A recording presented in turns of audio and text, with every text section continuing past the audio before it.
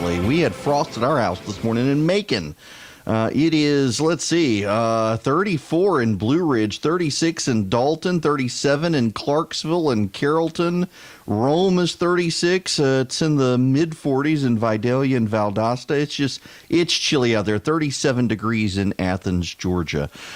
Oh, yeah. Well, winter's finally here, I guess. Maybe this is fall. The leaves are still falling. I sat out on the front porch last night. We got one of those big propane heaters. Man, that stuff cranks out heat. You're not here for that, though. You're here for the news of the day. Mike Bloomberg has gotten into the race. He intends to run for president of the United States. He's got his first ad up, which you can tell is a consultant-driven thing. Now, I need to explain this.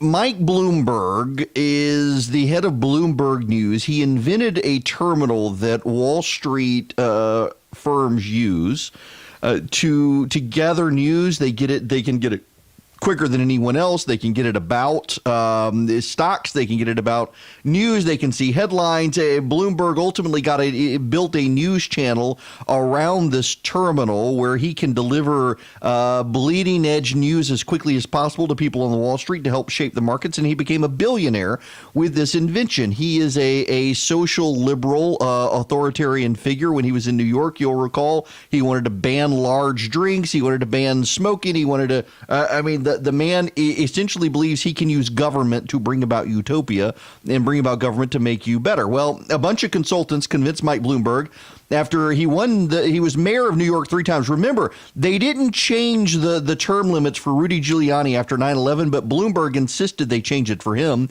He served for 3 terms as New York City's mayor. He ran as a Republican the first time to bypass the Democratic primary in New York City. He then ultimately ran as an independent. He is a very liberal guy. And the Democrats, of course, are now attacking him in a way they never attacked Tom Steyer. Tom Steyer was never a threat to them, but Bloomberg has a bunch of consultants, some of whom were connected to Hillary Clinton. He wants to run for president. You can tell his initial foray is a consultant package deal, and the reason is because it's a minute 46 seconds. This matters because Bloomberg is, Bloomberg is a consultant cash cow. And a minute 46 seconds is notable because that's not something that's pared down to a commercial. See, if it's a minute, if it's 2 minutes, or if it's a minute 30 seconds, you can subdivide that out and easily package a commercial for TV or for radio. This is an internet thing that he's pushed out as his announcement. I want to let you listen to Mike Bloomberg, and why he's running for president. Mike Bloomberg started as a middle-class kid who had to work his way through college, then built a business from a single room to a global entity, creating tens of thousands of good-paying jobs along the way. He could have stopped there. But when New York suffered the terrible tragedy of 9/11, he took charge, becoming a 3-term mayor who brought a city back from the ashes and brought back jobs and hope with it, creating tens of thousands of affordable housing units so families could have a decent place to live, raising teachers' salaries and kids' graduation rates, and creating a more open and livable city for the millions who call it home. He could have stopped there, but when he witnessed the terrible toll of gun violence, he put his money where his heart is, helping to create a movement to take on the NRA and the politicians they own, to protect families across this country and help turn the tide. And he's funded college educations for thousands of deserving low-income and middle-class kids, and supported life-saving medical research, and stood up to the coal lobby and the outright denial of this administration to protect the only home we have from the growing menace of climate change. But now he sees a different kind of menace coming from Washington, so there's no stopping here. Because there's an America waiting to be rebuilt, where everyone without health insurance is guaranteed to get it, and everyone who likes theirs can go ahead and keep it. Where the wealthy will pay more in taxes, and the struggling middle class will get their fair share. And jobs that just allow you to get by will become jobs that let you get ahead. Mike Bloomberg for president, jobs creator, leader, problem solver. It's going to take all 3 to build back a country. Now, I want to walk through this ad again. You've heard it in full. I didn't want to take it out of context. I don't like to do that where I just play small snippets so people can say, oh, you took the whole thing out of context. I want you to hear the full remark or the full ad or the full whatever before I decide to have my way with it. And now I'm going to have my way with this ad. And I'm going to show you that this is a consultant-driven 1 minute, 46-second effort. I will pause through it. Let's listen again. Mike Bloomberg started as a middle-class kid who had to work his way through college. There you go. He's a self-made man. And built a business from a single room to a global entity. He's a self-made man, just like the barons of Silicon Valley who started in garages. Tens of thousands of good-paying jobs. Job creator. He could have stopped there. But when New York suffered the terrible tragedy of 9/11, he took charge, becoming a 3-term mayor who brought a city back from the ashes. Oh, so he cares about his community, and he decided to acquire political power to help New York after 9/11. See, he could have stopped there. He could have stopped with just the job creations, but no, not Mike Bloomberg, God among men. He needed to go forward. Let's keep playing. Brought back jobs and hope. Jobs and hope. Creating tens of thousands of affordable housing units so families could have a decent place to live, raising teachers' salaries and kids' graduation rates, and now, none of that stuff is the job of president, mind you. Creating a more open and livable city for the millions who call it home. Open and livable city. Buzzwords. Listen to the buzzwords in this. Now we're at the buzzword portion. I will highlight the buzzwords. He could have stopped there, but when he witnessed the terrible toll of gun violence, he put his money where his heart is. His money where his heart is. To create a movement to take on the NRA. Take on the NRA. This is to get Democratic voters. Politicians they own. The politicians they own. So let me just stop right here. This is, first of all, this doesn't this ceases. It plays into Democratic stereotypes about the NRA, but that's not really the way the NRA works. The reason the NRA has clout is because tens of millions of people are members of the NRA. The NRA doesn't own politicians. Their voters do. In the same way Republican politicians are scared of Donald Trump's voters, Democratic and Republican politicians are scared of the NRA's voters. But so if Bloomberg believes the NRA owns people, is it his presumption that he can own people? I mean, there's a stark contrast here. He believes that the NRA can own politicians. So does he think with his billions he can own politicians? That seems to be it. But his money's where his heart is. Families across this country and help turn the tide. And he's funded college educations for thousands of deserving low-income and middle-class kids. And notice emphasis on middle class. Supported life-saving medical research and stood up to the coal lobby and the outright denial of this administration. Oh, the coal lobby. So you blue-collar people, he's writing off Appalachia. The Rust Belt will not vote for Mike Bloomberg. Protect the only home we have from the growing menace of climate change. But now he sees a different kind of menace coming from Washington. So there's no stopping here. There's no stopping here for this menace in Washington. Because there's an America waiting to be rebuilt. An America waiting to be rebuilt. Well, I thought Donald Trump already made it great again. Where everyone without health insurance is guaranteed to get it, and everyone who likes theirs can go ahead and keep it. Listen to that one. Buzzwords. This is consultant speak. If you like it, you can keep it. Otherwise, we're going to give it to you. Where the wealthy will pay more in taxes. The wealthy will pay more in taxes. He's got to throw that one in there because he's a billionaire. And the struggling middle class will get their fair share. The middle class will get their fair share, trying to co-opt Elizabeth Warren. And jobs that just allow you to get by will become jobs that let you get ahead. Ah, yes. More consultant speak. Jobs where you can only get by. You'll be able to get ahead. Republicans were saying that about Obama. Now the Democrats are saying that about Trump. Mike Bloomberg for president. Jobs creator. Jobs creator. Leader. Problem solver. It's going to take all three to build back a country. This is a focus grouped consultant cash bonanza. Bloomberg is going to make a lot of consultants really, really, really rich running for president.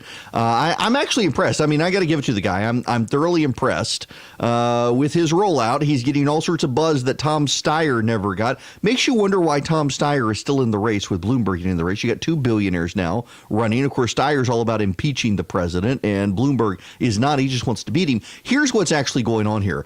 If Mike Bloomberg were to start a super PAC, Mike Bloomberg, Super PAC, would get commercial rates on TV and radio. But because Mike Bloomberg is running for president, federal law requires that political candidates get the lowest ad rates possible. So Bloomberg, being a candidate, can run attack ad after attack ad after attack ad about Donald Trump and get the lowest rate possible on TV and radio, something he couldn't if he just started a super PAC. Listen, the man's a billionaire for a reason. He's smart. He runs as a candidate. He gets the cheap ad rates where he can attack the president for the Democrats. And that might actually get him the nomination, too. You know, none of the candidates are really going on the full attack on Donald Trump right now. They're so busy trying to distinguish themselves. Bloomberg doesn't care. He just wants to beat up Donald Trump. So he comes out of the gate and he does attack on Donald Trump. He may very well be able to help himself do that. It's not a bad strategy, actually. If you just want to beat up Donald Trump, if you want to run for office on attacking Donald Trump and not have a platform of your own, although he's clearly taken the time to do this. And again, I'm totally befuddled by Tom Steyer. Tom Steyer, the man with one Christmas tie who's running, is a billionaire as well. Tom Steyer has funded impeach the president campaigns around the country. He's poured money into campaigns across the country to get Democrats elected, and he's gotten no traction, no how, nowhere. Bloomberg comes in, but Bloomberg's got a problem. Bloomberg has announced he's going to self-fund his campaign.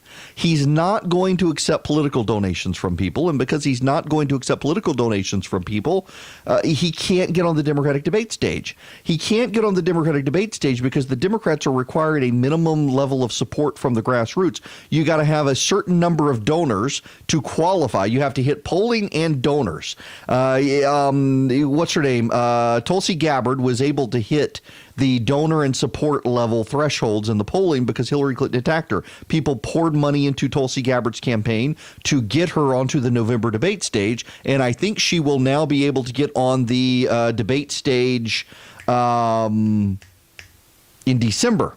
And I'm not sure where that debate will be, but she'll be able to get on it because of Hillary Clinton's attacks.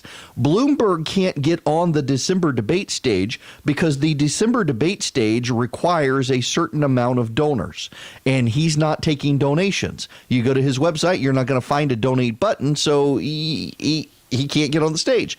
Now, Tom Perez, who's the chairman of the Democratic Party, has decided that he will allow maybe a shakeup of the rules in January as we get closer to Iowa. That might be able to help Bloomberg, but they've got no incentive to have a billionaire on the stage. They're all thinking, you know, we're good with the people we have. Here's a quick montage of the reaction of the other candidates getting into the debate. We do not believe that billionaires have the right to buy elections. That is why multi-billionaires like Mr. Bloomberg are not going to get very far in this election. Elections should not be for sale. Not to billionaires, not to corporate executives. We need to build a grassroots movement. That's how democracy is supposed to work. Money will not win this election. Connecting with people will. You know, listen, we got to get money out of politics. Let me just be honest with you. I mean, I got to raise a ton of money to be competitive. And, you know, there's some people who started this race with $10 million. Yeah. They're not very happy about this. Kamala Harris in particular is really not happy about it. Bloomberg is suddenly stealing the last remaining vestiges of a spotlight she had. None of them really like the idea of him getting in. They don't like the idea of him being surrounded with some of Hillary Clinton's supporters as consultants. They don't like the idea of him being able to drop money. What's so interesting here is that Tom Steyer got in and he didn't spend all the money he could have spent. Remember, I told you Tom Steyer would matter because he could spend $1 million a week in Iowa and have success, and he's not doing that. Bloomberg, on the other hand, actually does look like he wants to spend $1 million a week to get ahead in Iowa. Although he's not going to play in Iowa, he's going to wait for Super Tuesday. Bloomberg is banking on the fact that we're going to have an indecisive mess. Biden is going to flail around in Iowa. Warren and Buttigieg are going to fight it out. You get to New Hampshire, Biden's actually doing okay, but Buttigieg has gone into the lead. In South Carolina, Biden is dominant, same in Nevada. Then you get into the Super Tuesday states. March 3rd, you got 10 states where the Democrats look to play, and he's hoping, Bloomberg is hoping he can fracture that, and maybe he can. Oh, I've avoided it. I don't like it. It's overhyped. I don't believe it's real. But maybe his strategy is a brokered convention. Let's explore that when we come back. It's Erick Erickson here. The phone number, 877-97-ERIC, 877-973-7425. I really do like his opinion on things. Erick Erickson, the information you need and the truth you demand. He tells it like it is.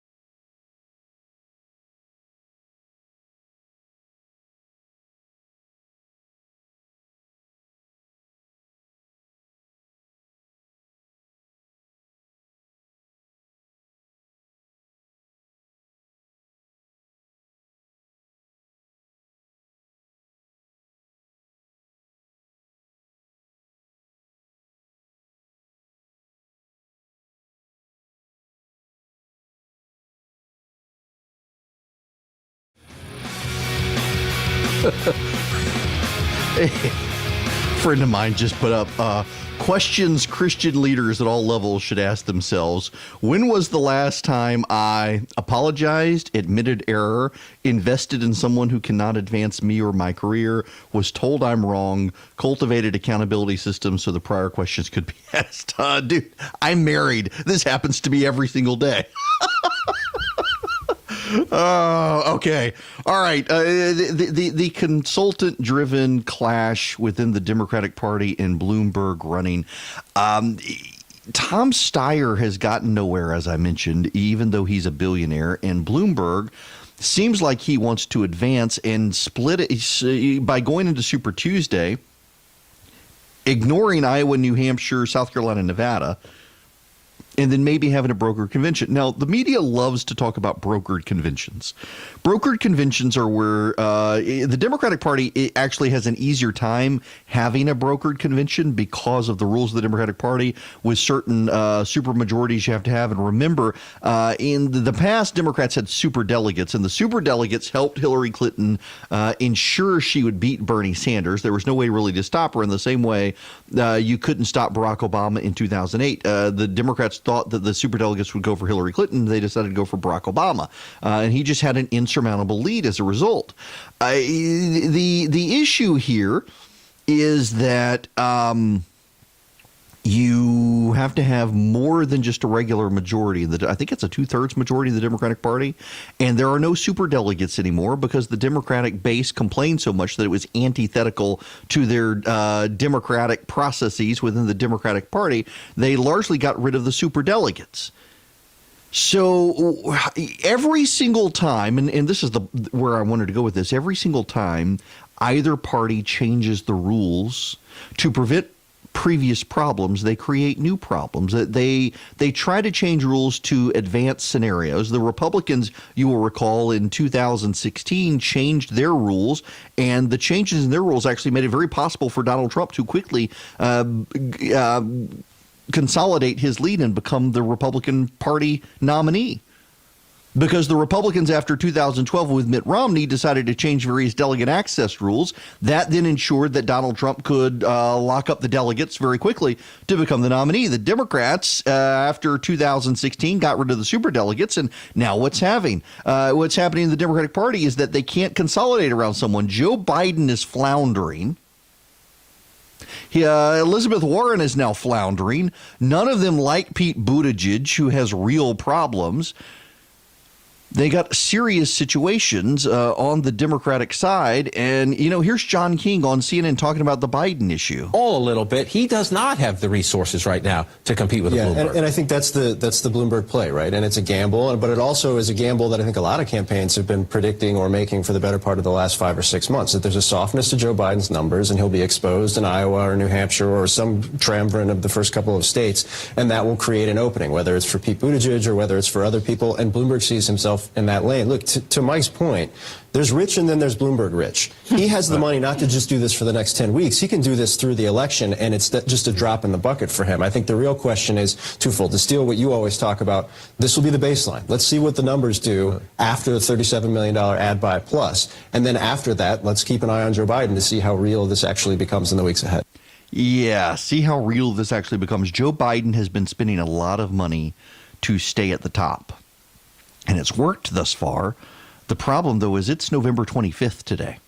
And the election they don't even begin casting votes until February 3rd in Iowa. So he's got to go all of December and all of January, and he's got to boost his fundraising. And thus far, the signs are he isn't able to boost his fundraising. And that's just going to cause all sorts of problems along the way for the Democrats, because Elizabeth Warren, more and more polling is showing she can't beat the president. Bernie Sanders polling, if you actually delve into it, the reason Bernie is doing better than Elizabeth Warren against Donald Trump is because most voters actually don't think that he can even be the Democratic nominee. If he were the Democratic nominee, then suddenly Bernie Sanders would have the Elizabeth Warren trouble, and people know it. That leaves Biden, and it leaves someone like Buttigieg, and Buttigieg has a huge problem. Black voters are not fans of Pete Buttigieg, and we're starting to realize along the way that this is going to be a problem for him. He's someone that white people like, and Bloomberg now comes in as the disruptive force to shake up the Democratic primary with his billions.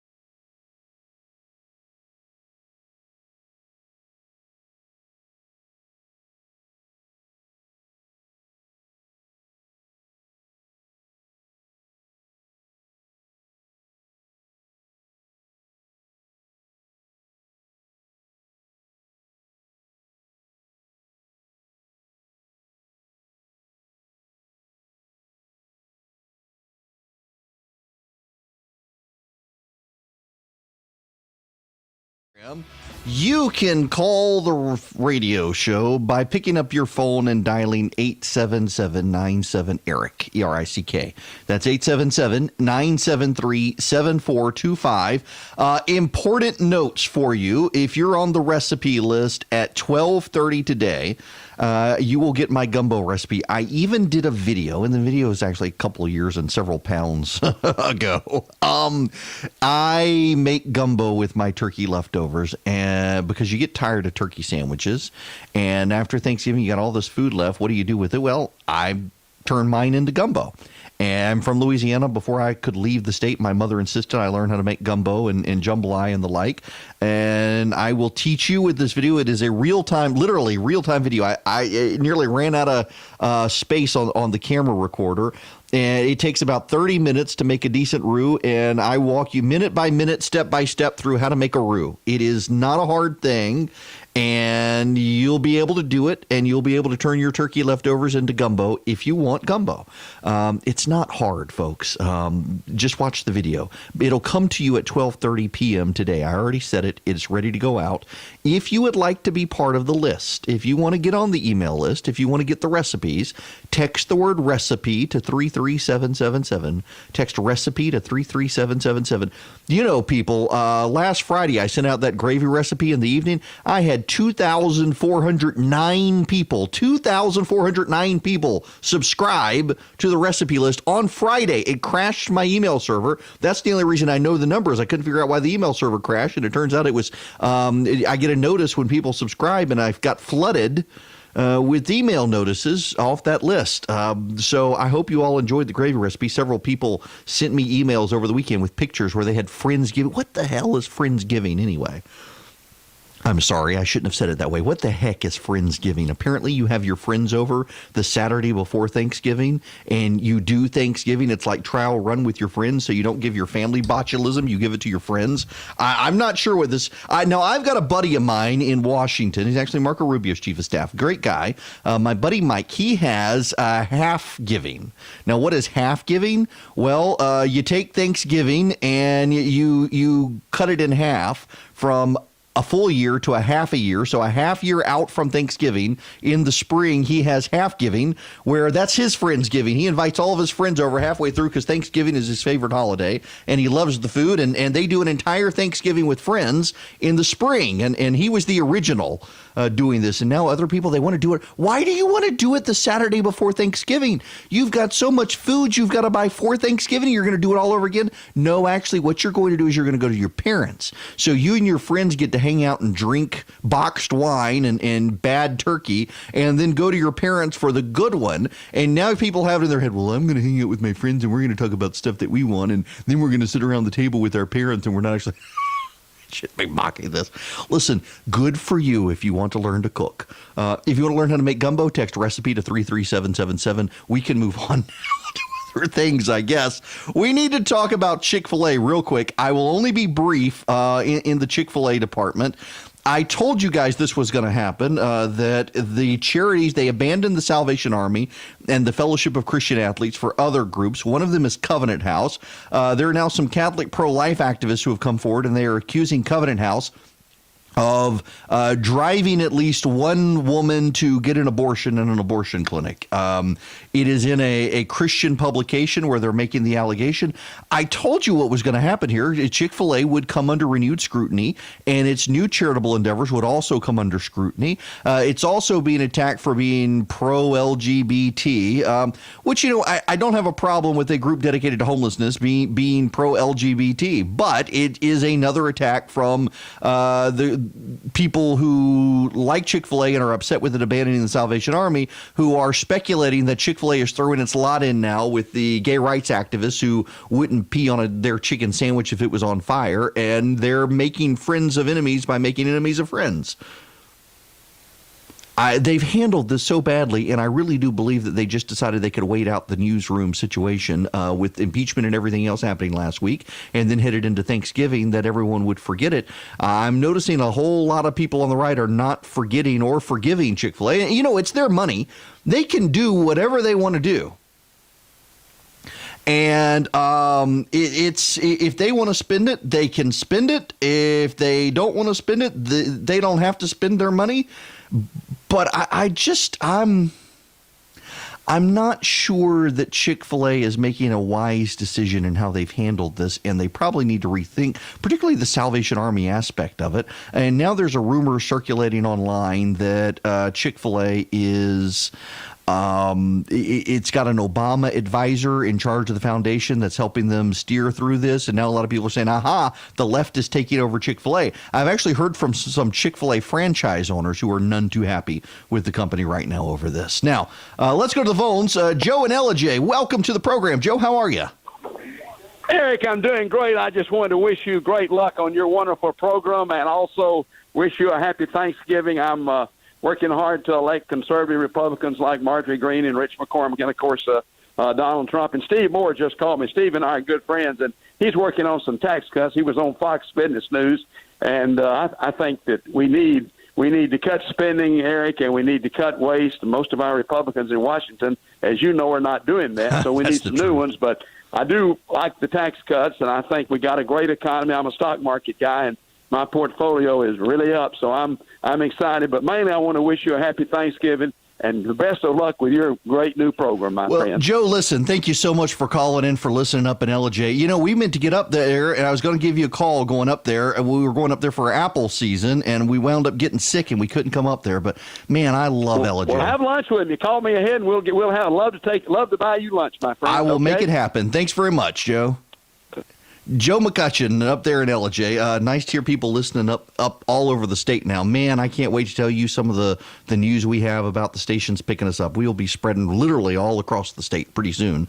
You can call in here, 877-973-7425, 877-97-ERIC, 877-973-7425 is the number. The Navy Secretary, we'll move on from Chick-fil-A. The Navy Secretary has been fired, and there are competing reasons for why he's been fired. It's actually a weird story. The president, you will recall, got where I had let me pull up. Where's the news article? Steve Hayes over at the Dispatch compiled this and sent it along. So Eddie Gallagher is a Navy SEAL. He was charged with war crimes. He was ultimately found guilty of taking a photograph with the corpse of an ISIS prisoner. There were reports from people who worked with him that he had also shot at civilians in Iraq. The president, however, did not want him punished. The president ordered him reinstated after a military tribunal found him guilty and demoted him. Last week, several top Pentagon officials, including Richard Spencer, not the white supremacist, mind you, different Richard Spencer threatened to resign, allegedly. Spencer said that he did not threaten to resign. The head of the SEALs, however, had no comment. On Sunday morning, the Associated Press reported the White House had given the Navy the go-ahead for Gallagher to undergo an official review. But by Sunday afternoon, the Pentagon announced that Mike Esper, the defense secretary, had asked Richard Spencer for his resignation. Esper and Trump provided divergent explanations. Now, Esper says it's not because Spencer opposed Gallagher's reinstatement. It's because Richard Spencer went to the White House, cut Esper out of the loop, and tried to propose a deal. Esper did not like that Spencer went around his back to the White House directly instead of going through the chain of command. The president, however, insisted Gallagher needed to be permitted to retire as a SEAL and tweeted he wanted Spencer fired for several different reasons, including his displeasure over how Gallagher's trial was held and Spencer's apparent failure to address, quote, large cost overruns from past administrations' contracting procedures. It is actually a mess. Let me read you some of this from the Dispatch. Prior to the events that made him nationally notorious, Gallagher was one of the Navy's most elite commandos, a special operations chief with 5 combat deployments with the SEALs and the recipient of several Bronze Stars. Late last year, he was arrested on charges of multiple war crimes. Members of his platoon testified he had stabbed a wounded ISIS prisoner to death and that he had on multiple occasions deliberately fired on civilians, including a young girl. In a bumpy, awkward trial, 7 SEALs testified Gallagher had stabbed the incapacitated prisoner. Text messages showed Gallagher apparently bragging about the act to friends back home. Good story behind this, read one, got him with my hunting knife. But proceedings were muddied by several unusual moments. At one point, the military judge reprimanded the prosecution for interfering with the trial. At another, a prosecution eyewitness suddenly declared that while Gallagher had stabbed the prisoner, he himself is the one who killed the guy, and Gallagher should be allowed to go free. All the while, the defense maintained the jury should discount the testimony of the other SEALs as the grumbling of disgruntled subordinates. Ultimately, Gallagher was acquitted of murder and attempted murder and found guilty only of the lesser charge involving the photograph. He was sentenced to time served and demoted. It's the demotion that has caused the spat. Now, to understand what's at play here, you got to understand that the president has a love for the SEALs and a disdain for bureaucracy and political correctness. So the president intervened in this and several other cases involving accused or convicted war crimes. He tweeted out last month, "We treat our boys to be killing machines, then prosecute them when they kill." He's pardoned 3 soldiers this year and who stood accused of convicted murder, 2 of whom were released from prison, and he's followed the Gallagher case, which has been all over Fox News, I should add. The Gallagher case has been all over Fox. They've made him a celebrity on Fox, and the president's been following it. And he ordered the Navy last month to restore his previous rank. Now, Richard Spencer, the Navy Secretary, did not like this order. It came in a tweet, and he said he would not follow the order of a tweet. He wanted an order. The commander of the SEALs, Navy Special Warfare Commander Rear Admiral Colin Green, also was opposed. There were reports that both threatened to resign over the weekend. Spencer wrote in his acknowledgement of termination letter, it wasn't a resignation, it was an acknowledgement that he had been fired, that he couldn't in good conscience carry out the president's order, and the president deserved military officials who would follow his command. Now, this is actually where it gets weird, because Spencer is fired. He was ordered to resign. He essentially took it as a firing by the president. They sent in an acknowledgement of his termination, and he said he could not in good conscience follow the president's order, and the president needed someone who would follow orders. But Esper says that he forced out Spencer for trying to cut a behind closed door deal to bring the matter to a close in a way that would satisfy the president. So why would the president fire a guy who was going behind the Secretary of Defense's back to try to get a deal the president would like? And why would Spencer put in his termination letter that the president deserved people in the military who could follow his orders and he could not follow his orders? None of it makes any sense when you think about it. I mean, just to put this in perspective again, the defense secretary claims that the Secretary of the Navy, Richard Spencer, was fired because Richard Spencer reached out to the president directly behind the Secretary of Defense's back to cut a deal on the Eddie Gallagher case. The president says he fired Spencer because Spencer wouldn't do what the president wanted, among other things, and budget issues. Spencer in his letter says he's fired because he couldn't comply with the president's order. That makes it sound like the president is the one telling the truth here and the defense secretary is not. Why is the defense secretary not telling the truth in this situation? It's a very convoluted story, but what it ultimately gets to is that someone is upset that Spencer wouldn't restore Gallagher's rank. And the whole thing is weird. So, yes, if Spencer went outside the chain of command, he should have been fired. And that's what the defense secretary says, that he went outside the chain of command to get the president a deal the president liked. But Spencer, in his resignation letter, says that he couldn't get the president what he wanted and he needed to resign. None of this makes any sense. It's more befuddling that will confuse Washington and let the pundits in Washington pontificate on what's happening in the Trump administration. But it should be troubling that there is this level of confusion with the resignation of the Secretary of the Navy. Now, that being said, the president has already nominated someone to replace him. Our ambassador to Norway, his name escapes me at the moment, but our ambassador to Norway has been appointed to replace, or will be nominated to replace, the Secretary of the Navy, who is now out as of Sunday evening. Within hours, by the way, this is the funniest part of this. is his resignation came within just a few hours of the Associated Press reporting that a deal had been struck, everything was A-OK, and he would not be going anywhere. Now the question remains, what's going to happen to the head of the SEALs? That guy supposedly has threatened to resign as well, and while Spencer came out and said the report wasn't true that he had threatened to resign, when the media reached out to the head of the SEALs, he refused to comment, which suggests he did try to or threaten to resign, and maybe he still will. News and in-depth analysis from Erick Erickson, live 5 days a week and always online at The Resurgent.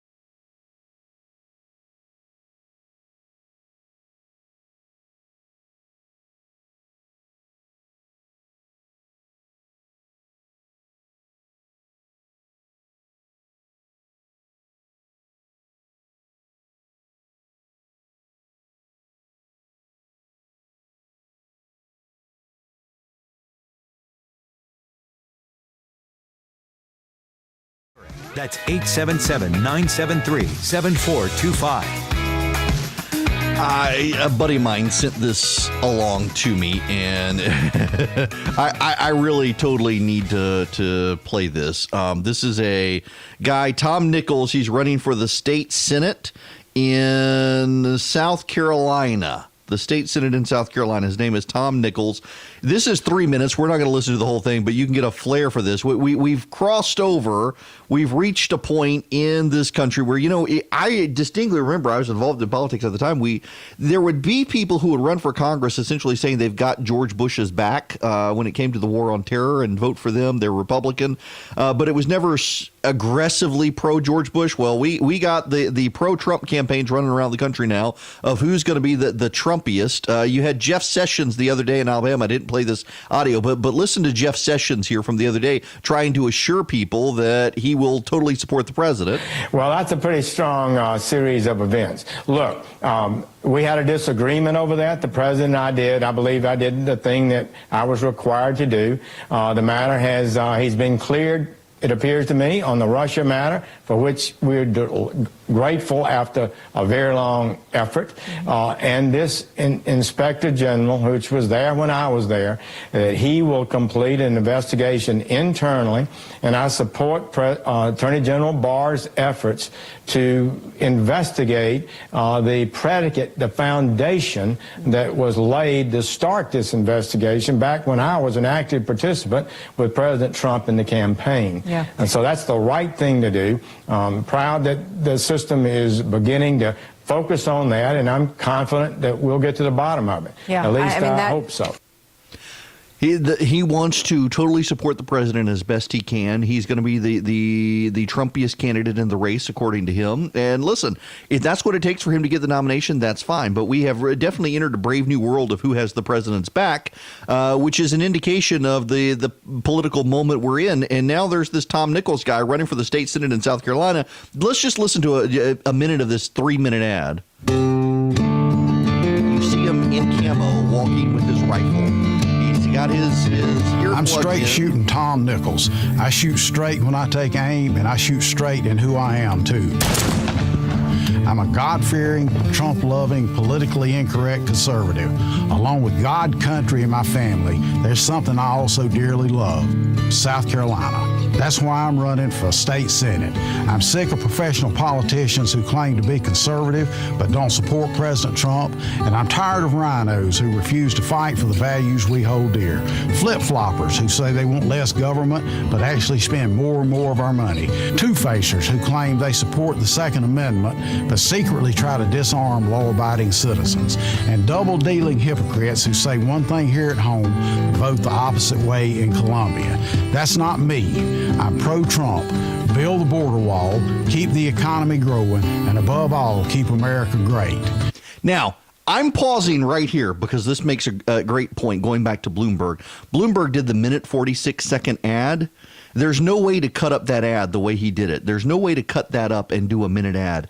That was exactly where I stopped it. That was exactly 1 minute for Tom Nichols. That was exactly a 1 minute ad. You could cut it there and you would have your first ad. Now let's get into the second minute and let's listen and see if the same thing works. We'll go another minute. I'm pro-gun. If you want to open carry or conceal carry, it's fine with me. The right to protect yourself and family is enshrined in the Constitution, and you shouldn't have to pay the government a fee to do it either. I'm pro-life. My faith teaches me the miracle of life is God's greatest blessing. That's why I believe life begins at conception and deserves our protection. And I'll stop out-of-control state spending dead in its tracks by introducing zero-based budgeting.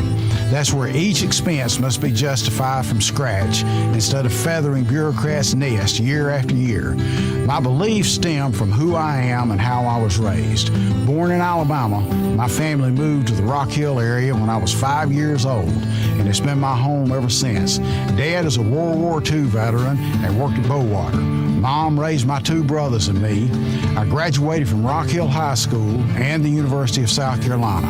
I met my wife Barbara as an answered prayer out of the blue one day when her lost dog wandered into my yard. Nope. Can't really cut that second minute, although there are points and breaks in there in his issues when you can. Met his wife when her lost dog wandered into his yard. Okay. The circle the wagons around Trump campaign stuff in a place like South Carolina can probably get you far. In a swing district like, let's say, the 6th congressional district here in Georgia, probably not. When Joe McCutcheon called in, he mentioned Rich McCormick in the 7th congressional district. The 7th congressional district, you're going to have problems rallying around the president there as well, although McCormick is a great guy. I support him as well. He's a good guy, surgeon who's running the 7th congressional district here in Georgia. Speaking of Georgia, we've got to get into some of the Georgia news, 15. Including Joe Biden saying there are 2 Georgians on his short list for vice presidential picks. 10. Yes, 2 Georgians on this list. You know one. Can you guess the other?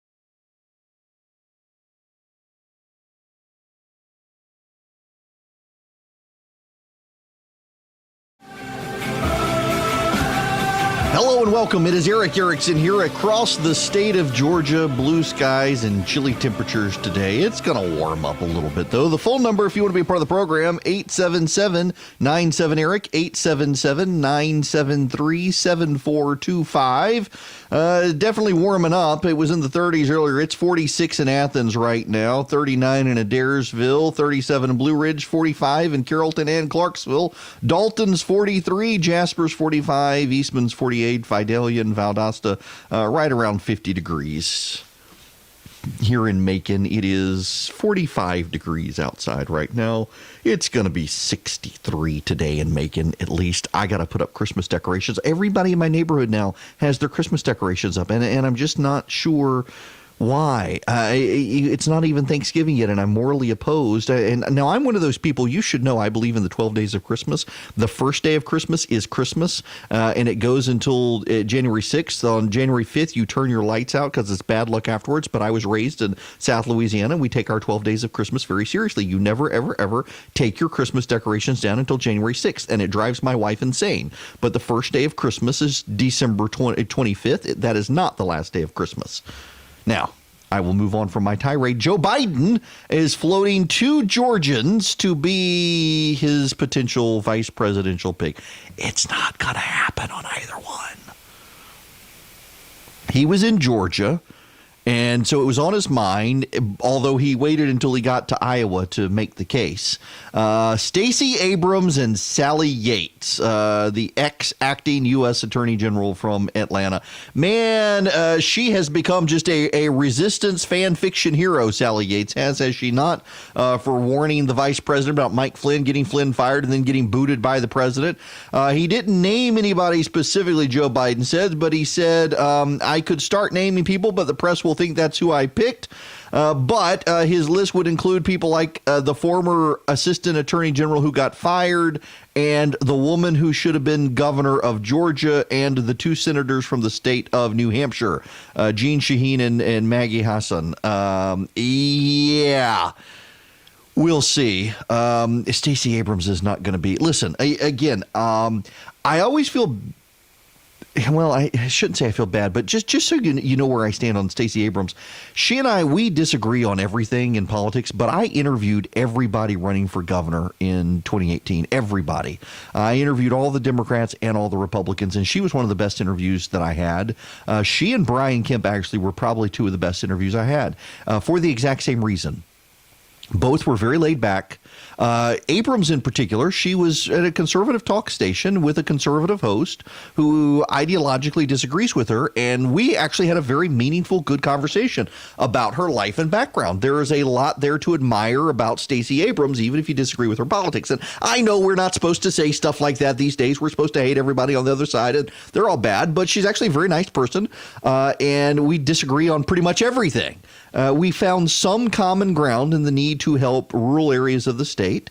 But even there, we had our differences. But I like politicians. Here's my rule of thumb, because I've been in politics for a while now. I know presidents. I've met prime ministers. I know senators. I know congressmen. I know lots of governors. And I find it most endearing when I meet someone in politics who can make a joke about themselves. Those are the politicians I like the most. The politicians who are willing to poke fun at themselves tend to be more authentic. And while I may disagree with Stacey Abrams on tons of stuff politically, Stacey Abrams will poke fun at herself. She can laugh at herself, and I like that. I know politicians, some of whom you know, some of whom you really like, and they cannot poke fun at themselves. And they're very sensitive to anyone poking fun at them. So when you find someone who's willing to take a crack on themselves, you know, that's a person who I think is more grounded in reality, even if I think their policies are bad or they would ruin the state economically if they got elected. And I think Abrams would be bad. But the reality here with Abrams and Biden is that Stacey Abrams never rose to more than the minority leader in the state House of Representatives in Georgia. And while that may be a resistance fan fiction play for the Democrats, same with Sally Yates, who was just an acting U.S. attorney. She was a deputy U.S. attorney for a while. But they're not really. I mean, look at Mike Pence. Mike Pence was a member of Congress for a number of years and then governor of a state. Mitt Romney picked Paul Ryan, who had been in the House of Representatives for a number of years, respected Republican leader when it came to the budget, whether you care for his policies or not. He had been in Washington for a number of years and had a deep background in public policy. Sarah Palin was a governor of a state. Joe Biden was one of the longest-serving members of the Senate when Barack Obama picked him. Tim Kaine had an impressive record in the Senate and Virginia politics. All had done things, had won statewide. Stacey Abrams ran one statewide race and lost. That's not really a qualification to be president. You know, I will give you my theory on who the Democratic vice presidential pick will be. And hang on, I got to get her name because I always forget her. Michelle Grisham. Michelle Grisham is my guess for who would be a Democratic pick. Now, why? She is the 32nd governor of New Mexico. She served in the U.S. House of Representatives. She became the first Democratic woman elected governor of New Mexico. She became the first Democratic Latina elected state executive in the history of the United States. She was Secretary of Health for New Mexico. She was a Bernalillo County commissioner. She was elected defeating a Republican for that House seat. She chaired the Congressional Hispanic Caucus. She won the Democratic governor of New Mexico and defeated Steve Pierce, the Republican who had also been a member of Congress. That is my guess, that she makes a lot of sense. She makes a lot of sense to be Vice President Biden's pick or anyone else's pick because the Hispanic Latino vote in this country is way up for grabs between the parties. So you get the first elected statewide Hispanic female governor, and you make her the third female vice presidential nominee, the first female Hispanic vice presidential nominee. You galvanize Hispanic support for the Democrats. That just makes sense to me. I mean, both parties these days are obsessed with demographic politics. That would be perfect demographic politics. The fact that she hasn't come up, I don't think is meaningful in any way because we're still a long way from that process of vetting. I do think, though, that saying something like Stacey Abrams or Sally Yates, it scratches the resistance itch of the Democrats without being very meaningful. And I don't mean that disrespectfully, but objectively, and I think Stacey Abrams would agree with this, she has only been elected successfully to a state house seat in Georgia, and that's it. If Joe Biden were to keel over the day after becoming president, would that make you a qualified person to be president of the United States? Probably not. Probably not. And that's just the reality of it. But, hey, Georgia's in the news with Biden and his picks. Now, there's another issue in the news, and that continues to be, and this is a national news story, even though it is about Georgia, 313,000 voter cancellations moving forward in the state of Georgia, 4% of the state because they moved away or haven't participated in elections. 4% of the state's registered voters, not total population. 7.4 million registered voters, 313,000. Now, what you need to know again is that the majority of these, over 184,000 of them, actually I think the last time I counted it was 210,000 of them, actually are people who moved to a new district and have subsequently re-registered in a new location, or they've moved out of state. So you're really only talking about 100,000 people that the state can't find.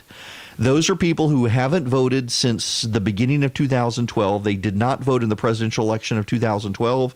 They did not vote in the gubernatorial election of 2014. They did not vote in the presidential election of 2016. They did not vote in the gubernatorial election of 2018. They have not voted in any municipal elections in between.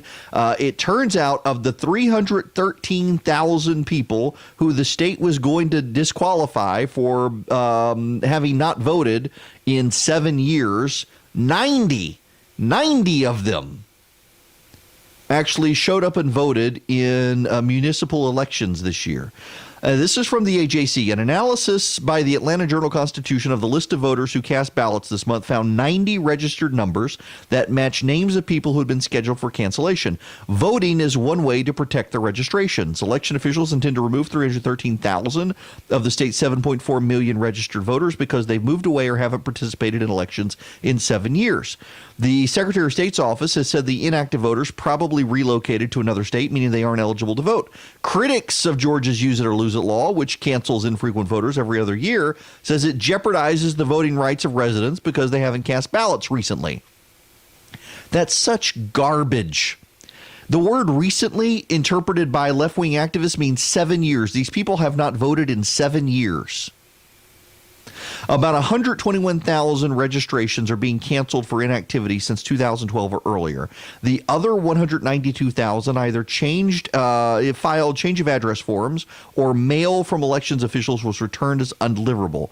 Voter registrations can be canceled for inactivity after they failed to have any contact with elections officials for 3 years and then didn't participate in the next 2 general elections. Voters on the state's cancellation list were mailed notices. Their registrations won't be removed if they sign and return postage-paid postcards within 30 days.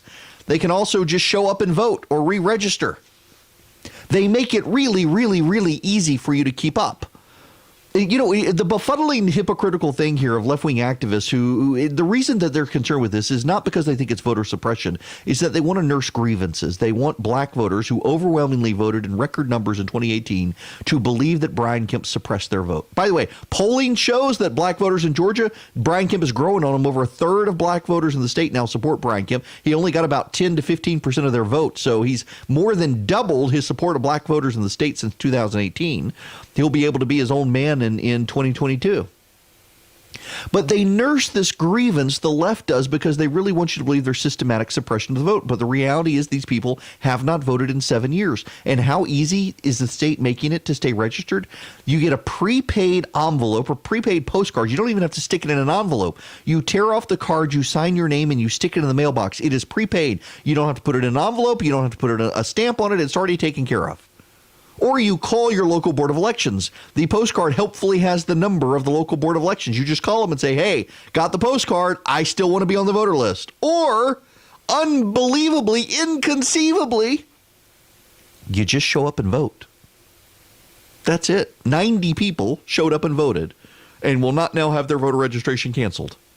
90 people out of 313,000 people. You know, many of these people probably got registered to vote when they signed up there for their driver's license, and they don't want to vote. The past is a pretty good indicator of a voter's habit. The president's team and the Democrats are pouring massive amounts of money into getting people who are registered to vote and have never voted to come out and vote. And the reality is they're not going to get many of those people. Most people who do not vote will not now vote. Most people who didn't vote in the last 3 presidential elections are not going to vote in this election. It's not worth the time of people. Now, because there's so much value put into, civic participation, we all have to vote. No, actually, people are stupid. The less voters, the better, in my opinion. Voters, they go and say, I like this person. He's good looking. I'm going to vote for him. Or, I like her dress. I guess I'm going to vote for her. People who, the idea that it is a civic good to have everyone turn out and vote, I think is wrong. And I'm sure people will criticize me for saying it. But no, you should not go vote if you don't know who the candidates are and what they stand for. If you're going because you think someone's good looking or you like their ad, but you know nothing about them, don't go vote. Educate yourself first. There's no reason for an uneducated person to show up and vote based on someone's tie color or dress color or they smiled on camera or nonsense like that. And you would be amazed at the number of people who do that. It's like grade school kids who are asked to participate in an election. They know nothing about it other than who their parents complained about or praised at home. But then they say, my name's James. I'm going to vote for James. Please, let's stop with the idea that we should get as many voters as possible to go vote. No, we shouldn't. We should get as many informed and educated voters as possible to go vote, and preferably people who pay taxes should go vote about their taxes. What do they want with their taxes? But the idea that just everybody should go vote, and now we should have 16-year-olds. Andrew Yang, the Democratic candidate, he wants 16-year-olds to vote. Why do you want a 16-year-old to vote? They can barely even drive. because they know there's a demographic shift in voters. The younger you are, the voters don't pay taxes, and they think, oh, government's going to give me free stuff, I'll go vote for the Democrats. No, you should want people who pay taxes to vote, or people who have at least attempted to pay taxes in the past. Maybe they're so old now they don't pay taxes. But you got an interest in this country, you should go vote. But the people who have no interest whatsoever, other than they're watching TV at night, they think, oh, she smiled, I'm going to go vote for her. She likes Taylor Swift, I'm going to go vote for her. It just, people are stupid. I'm not a big fan of the idea that everyone should vote. No, not everyone should vote. Some people should not vote. Why? Because they don't even know who they're voting for. They're just voting for, oh, top of the ballot, I'll vote for that guy. No, learn, educate yourself, get informed, and then go vote. But don't just vote because people tell you have to vote. Don't bow to peer pressure ever, including on voting. Learn and educate yourself first. Honest news and conservative views. Never separated from the truth. It's the Erick.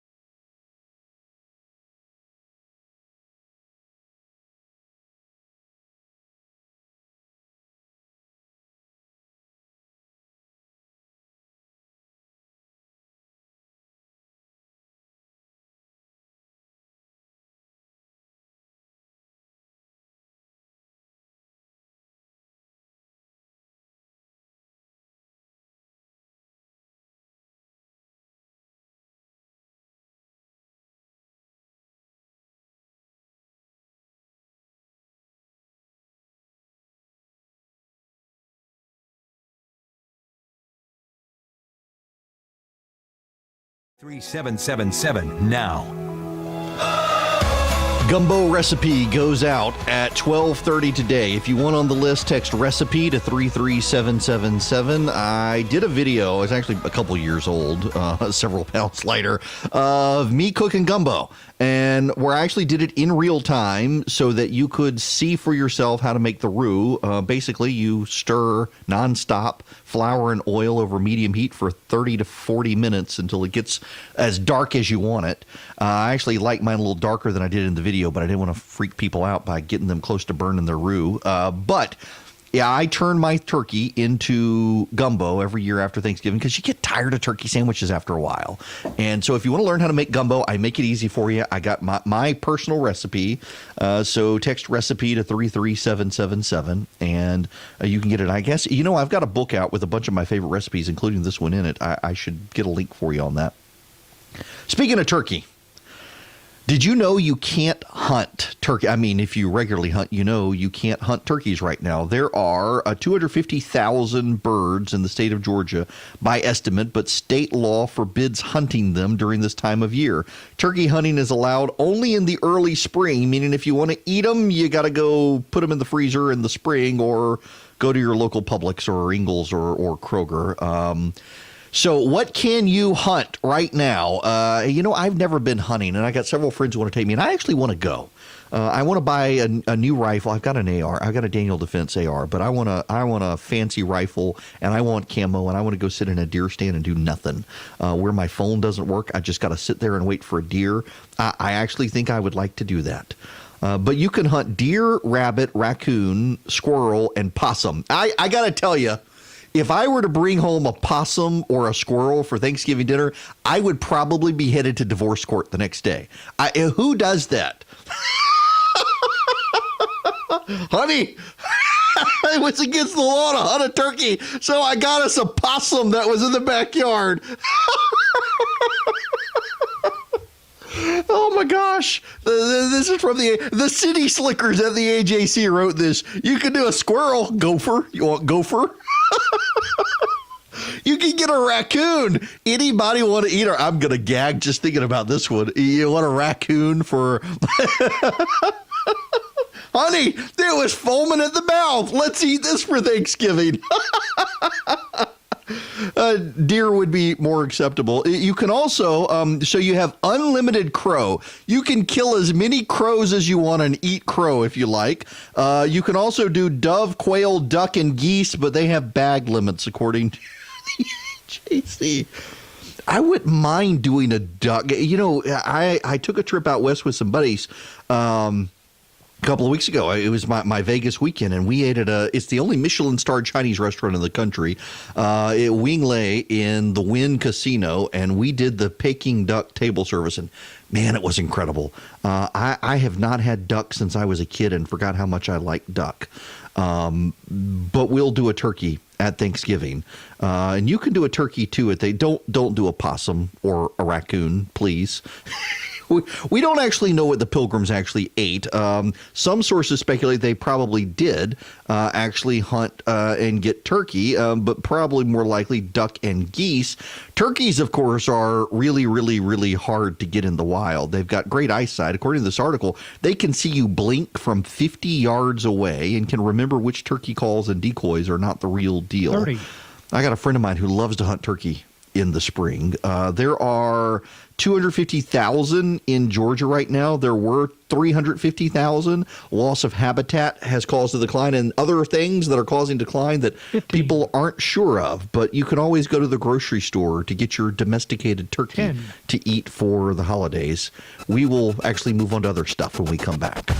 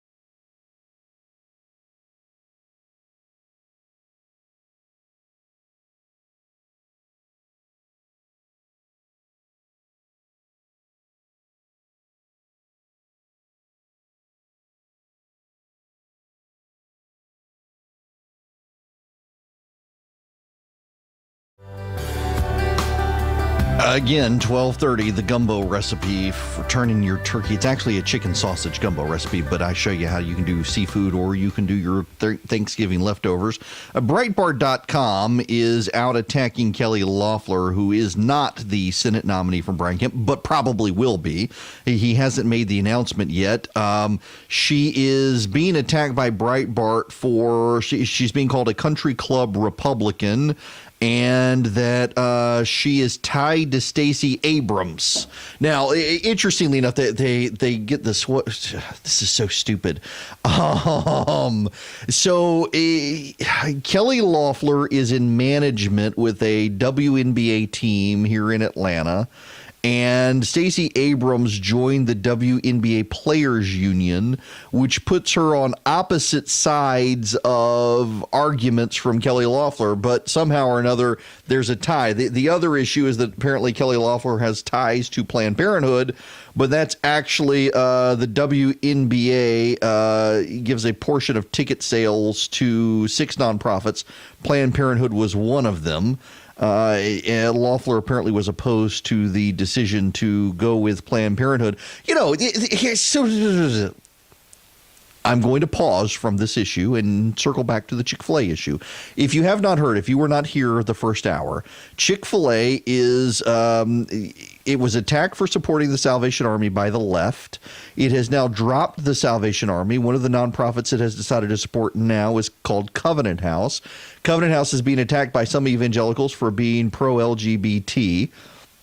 Apparently aggressively so, but it's real sin. There's a Christian publication out that says 2 Catholic pro-life activists saw Covenant House take a woman to get an abortion. And so Chick-fil-A, of course, now coming under scrutiny for Covenant House. What I find remarkable is how a group like the Salvation Army can be a pariah despite the good work it does, and somehow all of these groups like the WNBA and the like think nothing of giving charitable contributions to Planned Parenthood, and no one on the right has as much outrage as people on the left do for giving money to the Salvation Army. And Chick-fil-A, it appears, has gone woke.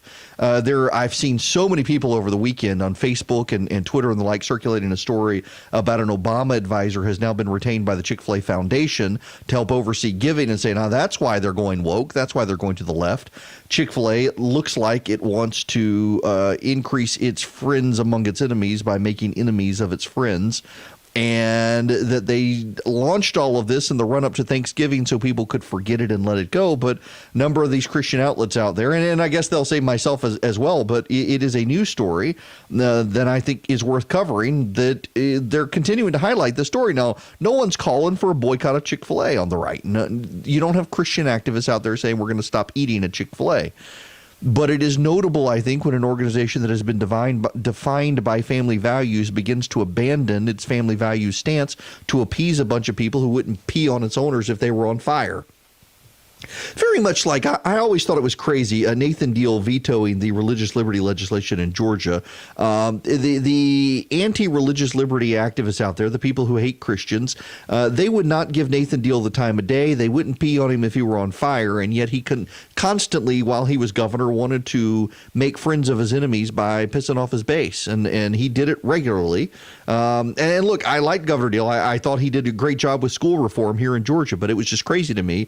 He would veto religious liberty legislation that the base clearly wanted and that he said he would sign, only to placate the mob. And Chick-fil-A now looks like it wants to placate the mob, and the mob's not only going to not be placated, but conservative activists are now casting the spotlight and giving scrutiny to these new charities, exactly as I told you would happen. And the Chick-fil-A continues to ignore it and won't address people's concerns. I'm personally offended that Chick-fil-A would run away from the Salvation Army. It's their money. They can do with it as they will. If Chick-fil-A wanted to stop giving money to charity tomorrow, that's fine. They can give money to Planned Parenthood if they want. Now, I absolutely would not eat there if they gave money to Planned Parenthood, just like I wouldn't go to an WNBA game if they're giving money to Planned Parenthood. But it's just, it's mind-numbing to me that Chick-fil-A, an organization that has prided itself on its wholesomeness, its cultural conservative values, and willing to withstand the tide, suddenly decides it's going to cave to the outrage mob. And it hasn't placated the outrage mob, but has certainly generated outrage on the other side. Now, all of that back to Brian Kemp and Kelly Loeffler. I'm not amazed by it. It's what I've come to expect. The spin that is out that the governor of Georgia has somehow made a mistake by doing this nominating process, keeping it dragged out, and allowing a bunch of people to come forward and speculate on who it could be. What the governor did was he did a transparent process where if you wanted to be the Senate appointment to replace Johnny Isakson, you had to file a form saying you were interested, and you had to give your resume. And over 500 people did. A whole lot of nutters did. Somebody in the governor's office told me originally one of the reasons they did what they did was they could weed out immediately all the people that shouldn't be the nominee, and they could move on to the people who are credible and serious. Doug Collins applied. My friend Jason Innovatarte applied, who I think should be the pick, but I have no say in it. Kelly Loeffler applied at the very end. The governor said he was going to close the deadline 5 p.m. on Monday, and Loeffler threw hers in just after noon on Monday. And then the nominations closed, and it looked like, the fix is in. It's probably going to be her. Well, it wasn't necessarily. I am now told, and I have now talked to people. I haven't wanted to talk to anybody. I have just left it at speculation. I've now talked to people. And the word that I get from people is that those close to the governor view Congressman Collins' actions as somewhat disqualifying now. That the making a big PR push for it in the way it's been done and bringing pressure on the governor is the one way to ensure the governor doesn't pick you. There is spin out there that is easily embraced by the paragons of conventional wisdom in Washington and Atlanta, that the governor leaving the door open like this and having this nominations process, it was actually a mistake, that he should have done it behind closed doors. I think they're wrong. And this is not just me defending the governor on this because I like the governor. I actually think what the governor did was smart. He forced a bunch of people who desperately coveted the seat to put up or shut up, and most of them shut up. They didn't do it. That eliminated the governor's need to have to play the political angles that he would otherwise have to play. Like, for example, Jeff Duncan, for example, or Chris Carr. I don't know whether they were interested or not, but there were a lot of people thinking, it should be one of them. If they wanted it, they should get it. They didn't apply. So the governor, if he hadn't done this, would have to navigate that issue behind the scenes. Because neither of them applied, he did not have to engage in those behind the scenes processes that could be fraught with political peril for himself and those people. Listen, it would not be good if Jeff Duncan pulled the Doug Collins and openly campaigned for it and did not get it. It would be a huge rift between him and the governor. Jeff Duncan played this very, very smart, being happy with where he is, the governor being happy where he is. They've made a tremendous tag team across the state of Georgia. They've done a very good job working together. So now we've got a situation where Doug Collins is openly campaigning for the job, and that is rubbing people wrong. But several pundits out there in the national press and the local press are saying, this creates a power vacuum. The governor leaving this seat open too long. It allows people to campaign for it and puts the governor in a fraught position. You know what it does? It allows the governor, because of the way those around Doug Collins have managed this and people in the White House have managed this, it allows the governor to say, I'm my own man. And this is the relevant point of the people I have now talked to over the weekend, that people close to the governor view this as a win for the governor, whether the president or people close to Doug Collins or anyone else likes it or not. The governor's team now views this as a win because it shows when the governor picks someone out of the box that the governor's his own man. He's willing to make his own mistakes. He's willing to make his own successes. He's willing to make his own picks. He's not going to be dictated to by Washington. And because this has gotten so much exposure in the media here in Georgia, it definitely shows that the governor is not beholden to the president. He thanks the president for his support. He thanks the president for his endorsement, but he's not going to allow the president to dictate who the senator will be from Georgia. And I think they're right on this. I do. I think this makes Brian Kemp look like his own man. It makes Brian Kemp look like someone who can and will defy pressure, political pressure coming from the right to do the right thing. It also makes it look like Brian Kemp keeps his promises. Brian Kemp is a governor who has wanted to be out of the box. He's wanted to make some non-conventional picks. I think it's a great idea. And I think that it is a win for the governor in that if he does pick someone out of the box, let's say he picks Kelly Loeffler, the governor of Georgia will be sending the second woman from Georgia to the United States Senate. The first woman was also appointed for that role, and now there will be a second woman, and she would also be on the ballot in 2022 with Brian Kemp. She would have time to establish herself in the same way Brian Kemp has had a time to establish himself in the governor's office. And I think I just think this has been a smart play by the governor by doing this. The idea of a power vacuum and the idea of, let me. If I sound like I'm hedging a little bit, it's because I'm trying not to be insulting to people I like. What the heck? Straight shooter time, huh? Conventional wisdom is a thing. Conventional wisdom is when the pundits, the elite, the reporters, they sit in a room and they pick each other's brains and they arrive at consensus opinions that all scratches certain itches for them.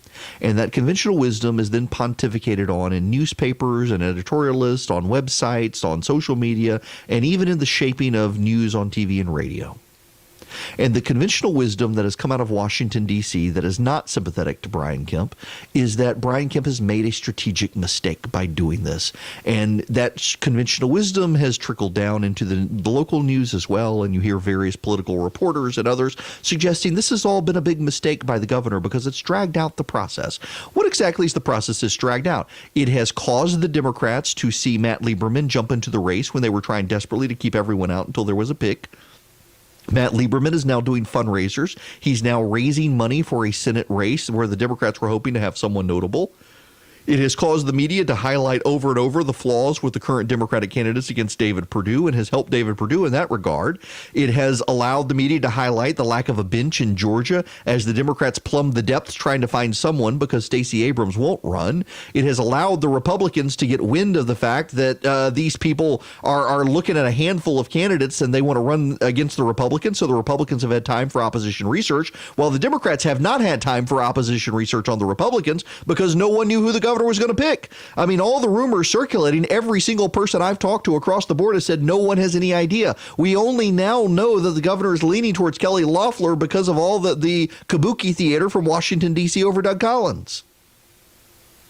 So now the Democrats have to rush out and try to find opposition research on her and do some focus group polling on who best among the Democrats will go up against her. But there's so much about her we don't know. We don't even know she's actually the pick. So much conventional wisdom in Washington and the Atlanta press corps among the political pundits and the like is premised on Brian Kemp not being a smart guy because they really liked Casey Cagle. And this has nothing to do with Casey Cagle, and no disrespect is intended to Casey Cagle, but the entire Atlanta political establishment were convinced that Casey Cagle was going to be the Republican nominee. The polls were aligned for Casey Cagle. The research was aligned for Casey Cagle. Stacey Abrams' entire campaign apparatus was built around the idea of Casey Cagle being the guy. And frankly, there were a lot of people in the Abrams camp who didn't think she could beat Cagle. And when it was Kemp, they were joyous and exuberant. When they got into the runoff, they were convinced Kemp would be totally vulnerable, and then look what happened. But the entire conventional wisdom in Washington and Atlanta has routinely underestimated Brian Kemp. And the entire conventional wisdom in Atlanta and Washington has routinely been packaged along the idea of when the governor goes out of the box and he does things different from his predecessors, that's somehow bad. It's not bad, it's just different. But it's different, and it's different in a way that these people don't expect. And it's different in a way that cuts them out of the loop. And that's the ultimate sin here for Brian Kemp, is that Brian Kemp has kept people out of the loop in Washington and Atlanta. He hasn't talked and been forthcoming to the National Republican Senatorial Committee. I know because these guys text me on a regular basis asking what I've heard. So they clearly haven't heard anything from Kemp. He's cut the White House out of the loop on this. I know because the White House staff emails me regularly and texts me asking what I've heard, which means the governor hasn't said anything to them. He, to some degree, I'm told, has cut David Perdue's team out of the loop. They have no idea. And he certainly cut the Atlanta Press Corps out of the loop. And that is an unforgivable, unpardonable sin. That in creating a transparent process where everyone could see who applied, they dared to suggest that maybe he would go behind the scenes and not actually keep his word, or actually reopen it and find other people, or go behind the scenes and encourage other people to apply. Meanwhile, the governor's just being the governor. He's doing what he said. He's keeping his promises. He's making some bold picks. I don't agree with all of his picks, but they're good picks. I mean, unquestionably qualified people. Kelly Loeffler would be a very interesting person. Now, here is the problem for the governor, objectively so. The buzz, the rumor, the anticipation is that he will pick Kelly Loeffler. It's time to go on and make it official if it's her, because the opposition research is going to mount, and if the governor drags this out further and it is her, then he's going to allow people to do the opposition hits on Kelly Loeffler and define her negatively with the Republican base. That will mount a challenge against her if they don't think she's a strong pick. The sooner you get her out and let her define herself, the better it's going to be at this point. Yes, Thanksgiving is coming and people are tuned out, but if you don't make this rollout the Monday after Thanksgiving, there are going to be problems, because you do have people thinking they'll mount a challenge. Remember, it's a jungle primary. You get 5 Republicans who want to challenge Kelly Loeffler, they're all on the ballot with her, along with all the Democrats who run. So you got to get her out there. You got to make her strong. You've got to get a bunch of money, and you've got to let her define herself before the other people do. The other thing that needs to happen on the Kelly Loeffler pick, and I can't stress this enough, is she needs to use Georgia consultants. There are a bunch of consultants in Washington, D.C. who would love to make money off of this woman, and she better ignore every single one of them. Look at the people in the 7th Congressional District who have outside Washington consultants coming in. What's the who's the woman in the 7th Congressional District? She's the businesswoman. I could tell she wasn't going to gain any traction out of the gate because she hired a bunch of losing consultants from Washington, D.C., who are notorious for making money off of candidates without ever actually having those candidates win. If Loeffler does something like that, that's going to spell trouble out of the gate. She should rely on, frankly, Governor Kemp's campaign team to get her through the Senate, and then in 2022, they can tag team together running for 2022, but she's got to get through 2020 first. As both sides target Georgia for 2020, Erick gives you the news you need from a Georgia perspective.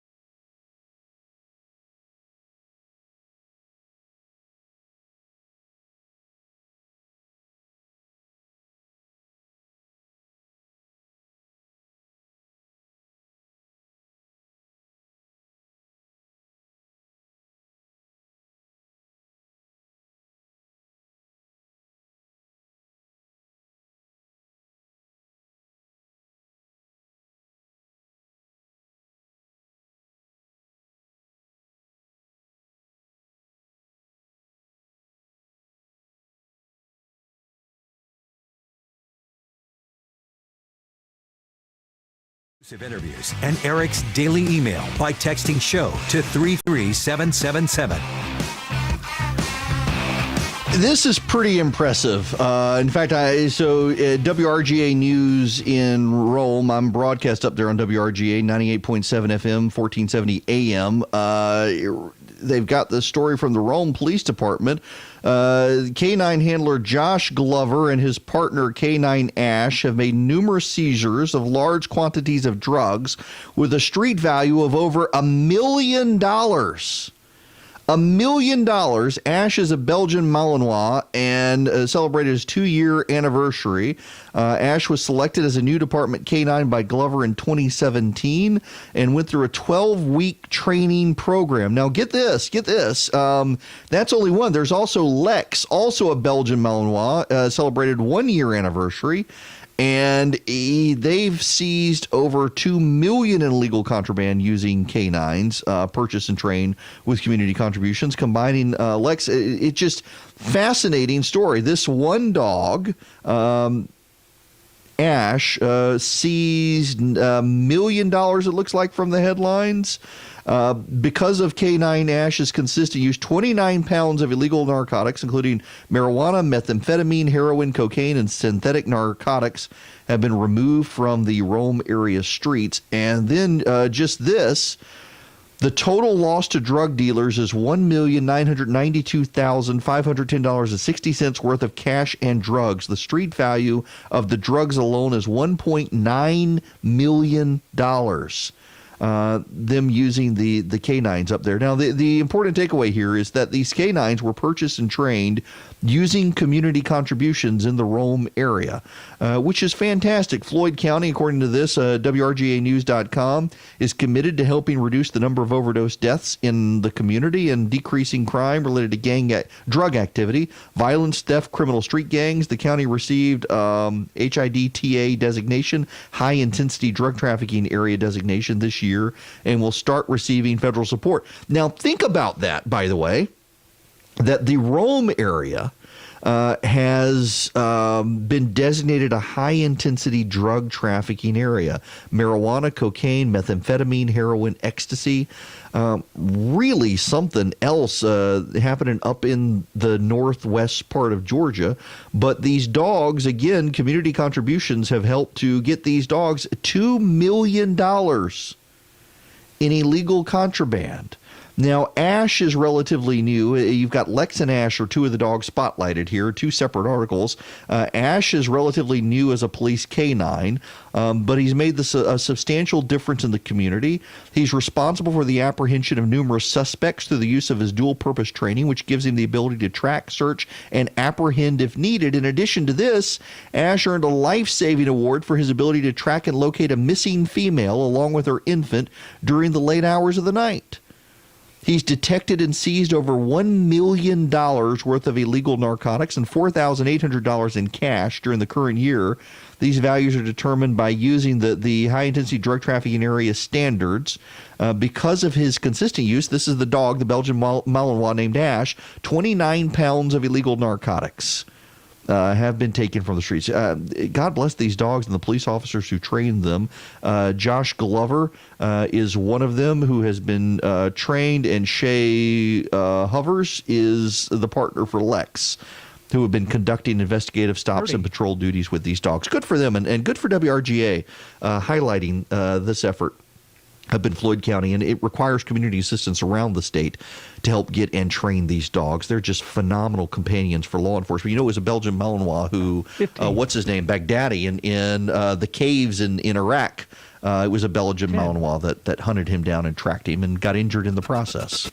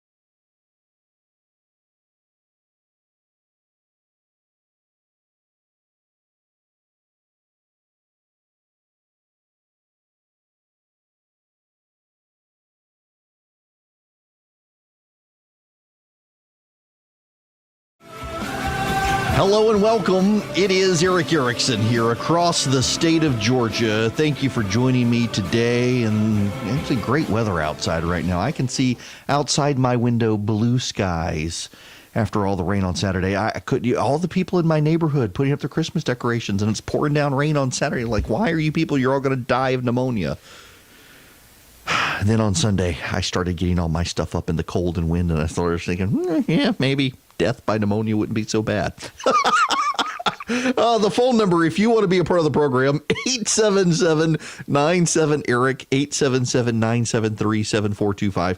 I just want to, I want to say that it takes me a while to decorate. I'm not quite Clark Griswold, but I do put up a lot of lights, and it drives my wife crazy because I keep them up until December 6th. Because, I celebrate the 12 days of Christmas, and they begin on December 25th, actually the night of December 24th at sunset. And so by sunset on January 5th, I have to turn the lights off, and you celebrate Three Kings Day, and then you start Gumbo Mardi Gras season. Mardi Gras season starts January 6th with Epiphany. That's just the way the calendar works. Don't blame me, blame God. Okay. Now, I was going to get into the impeachment stuff, and I will get into the impeachment stuff, but I've made an executive decision. I'll get into the impeachment stuff, but first, I want to talk about the Rick Perry stuff, because the Rick Perry stuff comes on the heels of the Franklin Graham, what's his name? Eric Metaxas stuff. Eric Metaxas and Franklin Graham had a conversation the other day. Eric Metaxas is he's a biographer. He's a writer. He did a great biography of Bonhoeffer, and he kind of beclowned himself, I think, in 2016 with some of his rabid Trump support. Listen, you write a book on Dietrich Bonhoeffer, and then you start attacking people who don't want to support the president because of his character and the like, and I find that beclowning. Whether you support the president or not, if you can't acknowledge the man has some deep character flaws, we got problems, because he does. And I do think that you will find Christians rallying to Donald Trump again. A three times married, multiply divorced man who's had affairs with porn stars, because he may have had affairs with porn stars and committed adultery serially and not really know who 2 Corinthians are, but he's not out to get the Christian faith. And I get that. I totally get that. The left is coming for you, so you might as well stand with Donald Trump. But this idea that you need a strong man in the White House to protect Christianity when you have the God of all creation protecting Christianity is anathema to me. It's a silly idea of American Christianity that somehow we're all victims when the God of the universe stands with us. But that spilled over. The Franklin Graham Eric Metaxas conversation involved Franklin Graham saying the constant opposition to President Trump is almost demonic, and Eric Metaxas jumps in and says, no, I disagree. It is all spiritual warfare. And then they went into how the economy is good, and so Christians can give more to churches, and on, and God's involved in all of this. God was involved in picking Barack Obama as well. Romans 13 says God puts our leaders in positions of power. He raises up our leaders. Now, you may plant your footsteps, but God sets the path. And Rick Perry essentially took that on Fox News this weekend, but it's kind of actually a big issue. And Fox has essentially said that God himself ordained Donald Trump, and he's doing God's will and all. They blew up what Rick Perry said out of proportion. I want to play you what Perry actually said on Fox. God's used imperfect people all through history. King David wasn't perfect. Saul wasn't perfect. Solomon wasn't perfect. And I actually gave the president a little one-pager on those Old Testament kings about a month ago. And I shared it with him. I said, Mr. President, I know there are people that say, you said you were the chosen one. And I said, you were. I said, if you're a believing Christian, you understand God's plan for the people who rule and judge over us on this planet in our government. And less people on the left attack Rick Perry. He pointed out to me, he believes Barack Obama was sent by God as well. He said for that moment and that time. He said he thinks for this moment and this time, Donald Trump was sent by God to do great things. Well, God also sends the locusts and the plagues and turns rivers into blood. So we don't know the thinking of God, but we do know that he sends our leaders. In fact, if you look at Romans 13, let me just read this for you. ESV, of course, that's the way God wrote it. Let every person be subject to the governing authorities, for there is no authority except from God, and those that exist have been instituted by God. Therefore, whoever resists the authorities resists what God has appointed, and those who resist will incur judgment. For rulers are not a terror to good conduct, but to bad. Would you have no fear of the one who is in authority? Then do what is good, and you will receive his approval, for he is God's servant for your good. But if you do wrong, be afraid, for he does not bear the sword in vain, for he is the servant of God, an avenger who carries out God's wrath on the wrongdoer. Therefore, one must be in subjection, not only to avoid God's wrath, but also for the sake of conscience. For because of this you also pay taxes, for the authorities are ministers of God, attending to this very thing. Pay to all what is owed to them, taxes to whom taxes are owed, revenue to whom revenue is owed, respect for whom respect is owed, honor for whom honor is owed. Now, of course, progressive Christians and atheists point this out and say, well, then why aren't you supporting abortion? Why don't you want to fund abortions? Why are you Hobby Lobby, Little Sisters of the Poor, or whoever, fighting the government when your scripture says the government's appointed by God and they're doing God's will? Well, because we also know from Scripture that there are times that the governing authorities come into conflict with God's law, and God's law reigns supreme. God puts people in charge. He may put them there to support you. He may put them there to test you.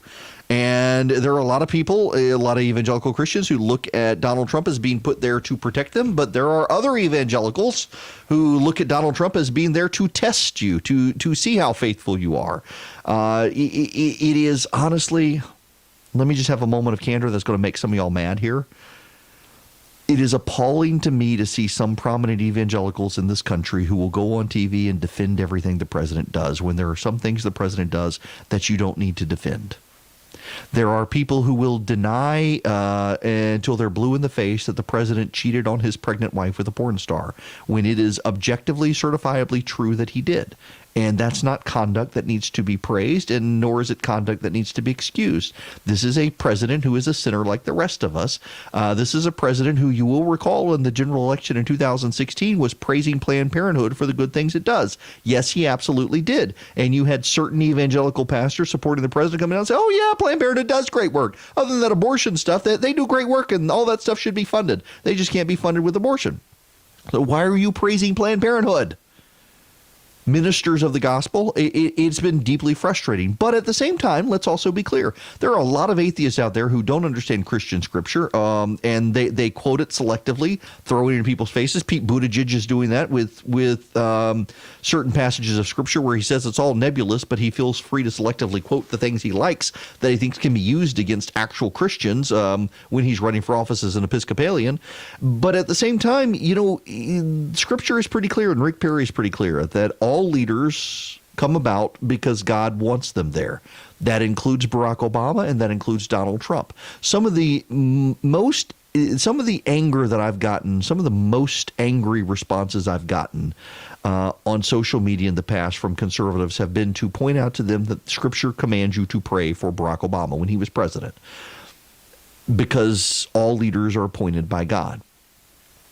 What I find more notable, and the reason I wanted to get to this, and we will get to impeachment, there's a lot to talk about in impeachment, but I keep trying to put it off in large part because I'm tired of the subject and I don't know that it's going to go anywhere. But what I find notable these days is how many people on the left and many secularists don't actually understand the basics of Christianity anymore. I've told you guys this in the past. It was Camille Paglia, she's the art history professor, lesbian. Now I guess she says she's transgender. I don't know. But she's a rather conservative in her views, or libertarian at least. And she's told the story in the past of how her incoming college students at the school she teaches at in Philadelphia, she shows them a painting. It is the painting of an older man with a long beard, with a staff in the air, and before him water is parting. And there are a crowd of people before the water as the water parts. It is very clearly a picture, a painting of Moses parting the Red Sea. And she noted that in her college, she has a large number of young people from well-to-do families, secularists, coming to her school. And over the years, the number of kids in her art history class who can identify that picture as Moses parting the Red Sea has been in decline. Every year, there are fewer and fewer kids in her class who recognize that as Moses parting the Red Sea.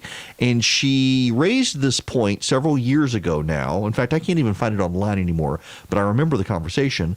But she raised the point at the time that it is we used to speak in a common tongue in this country, and many of the motifs we would weave with our tongue and many of our common idiomatic expressions involved biblical phrasing. Parting the Red Sea, things like that. Our cross to bear. Biting an apple, forbidden fruit, all the little idiomatic expressions that were premised on an understanding of biblical scripture. And now, increasingly in this country, we have people who don't recognize the biblical language. They hear the biblical language and they're befuddled by it. They're offended by it. People offended by Rick Perry for saying what he said, making clear, by the way, he said what he said about Barack Obama as well, that God picks your leaders. It's in the Bible. And it's amazing to me, even on the right, people who they misinterpreted this. People are like, man, I can't believe he said that. He's saying God put Donald Trump in his position. Yes, actually, yes. But you know what? Here's the irony. If it was Hillary Clinton, he would have put Hillary Clinton in her position too. It's the way it works. It's what the Bible says.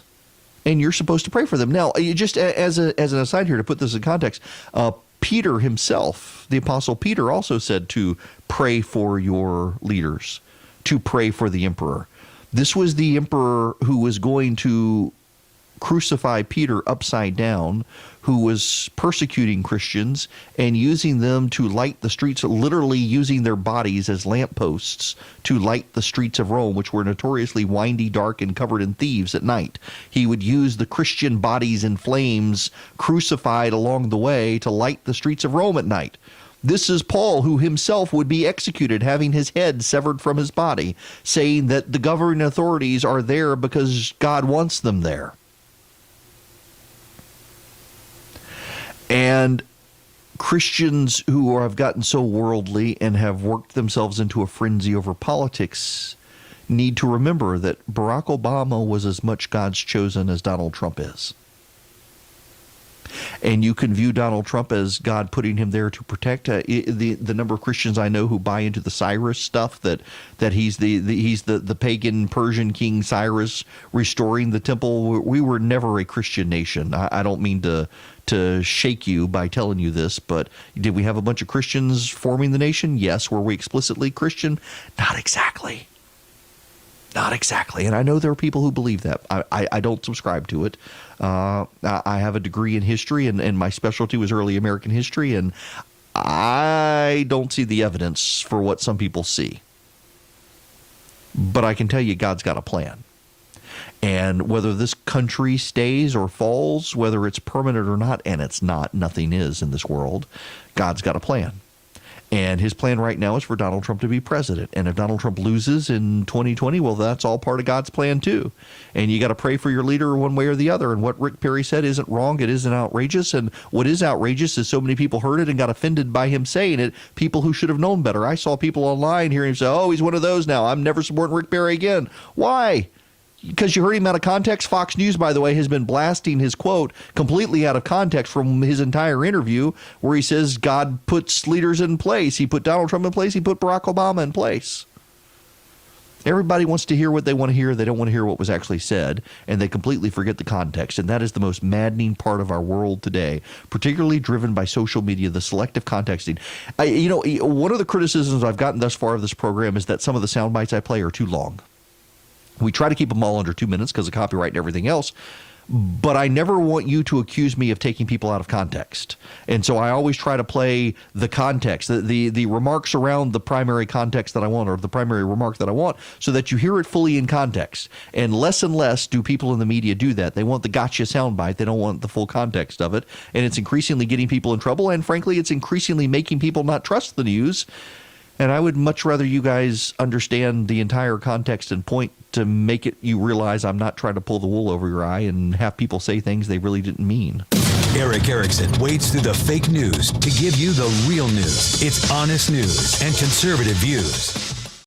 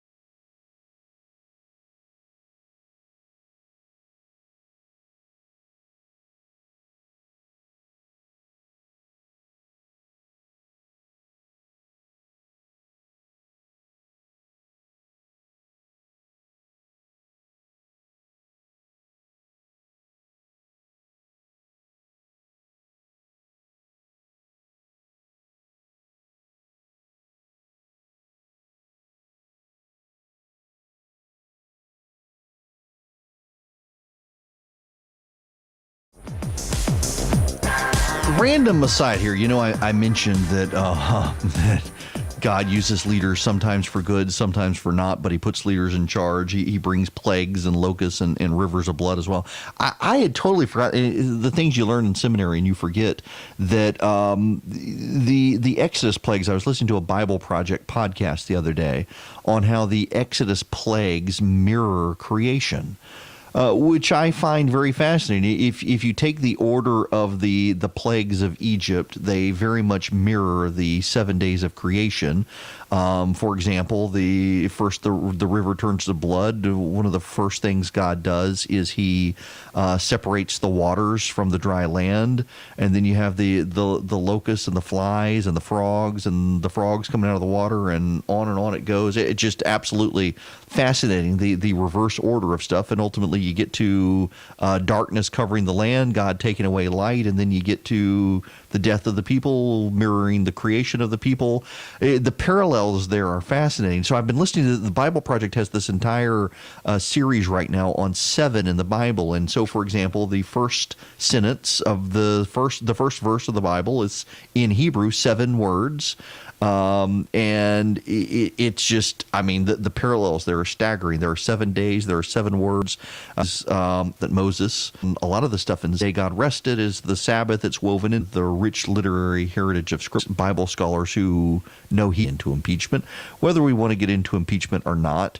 But before I get there, the Indonesian seas are turning red. Speaking of the Nile and turning it to blood. Yes, the ocean or the sea around Indonesia is turning red. And do you know why it's turning red? Whose chemical derivatives are increasingly used in cathodes of lithium-ion batteries, but the push for clean energy is coming at an environmental cost to forests and fisheries in one of the world's most biodiverse regions. Shaman this is a guy who lives in Indonesia, does not know how much more his fishing village can handle. In the decades of meeting nickel for steel demand, the seas have turned red, marine life has left past the horizon, and the exhaust of smelters has triggered respiratory problems. This is, if you've listened to this program since we started in mid-August, I've been saying this was a day of reckoning that would eventually come. That for all of the talk of green energy and batteries and electric-driven cars, there is a cost elsewhere on the planet for the nickel and the lithium and the chemicals needed to make the batteries and everything else that comes with the cost of making an electric car. And it is completely forgotten by so many people. But it's a real issue. It is a real issue to the environmental cost, the trade-offs. And, likewise, if everybody were to switch to an electric vehicle tomorrow, just as a thought experiment, all of us gave up our fossil fuel-based cars tomorrow in favor of electric cars. Think about the strain on the power grid. Yes, there would have to be new power plants built. And guess what? They'd probably be nuclear. Solar and wind wouldn't be able to keep up. And yes, you would stop burning as many fossil fuels, but would you have an increase in coal for power plants? And what about the environmental costs elsewhere? And that's part of the problem with the environmentalist movement. The environmentalist movement is being so led by a bunch of white people from the United States and Europe, they totally ignore the costs in third world countries to their environmental activities of harvesting the minerals for their batteries and their wind farms and things like that. There actually is a cost to be born in the third world. And frankly, there's a cost to be born in keeping the third world from having air conditioning and stuff like that as well, and not allowing them to kill mosquitoes to cure malaria. But it makes white people sleep well at night in these rich countries.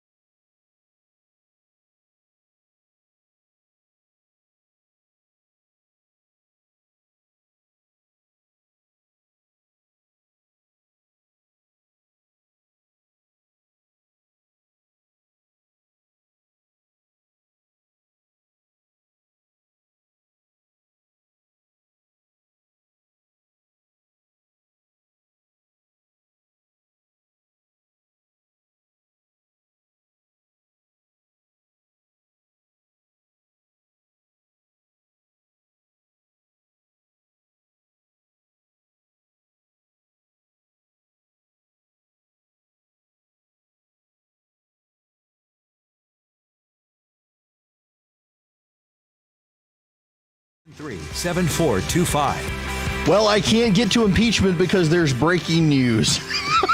It's not actually breaking news. It's a story from 2 years ago that for some reason is recirculating today. Oh, these people. Progressives. Oh, God bless them. Here's the headline. America's wholesome square dancing tradition is a tool of white supremacy. Someone actually wrote this story. If you live in the United States, chances are high that growing up, you had to take square dancing in gym class. I myself spent a week at my Rochester, New York high school learning to Alamandi left and right skills I was highly unlikely to ever need again, like math.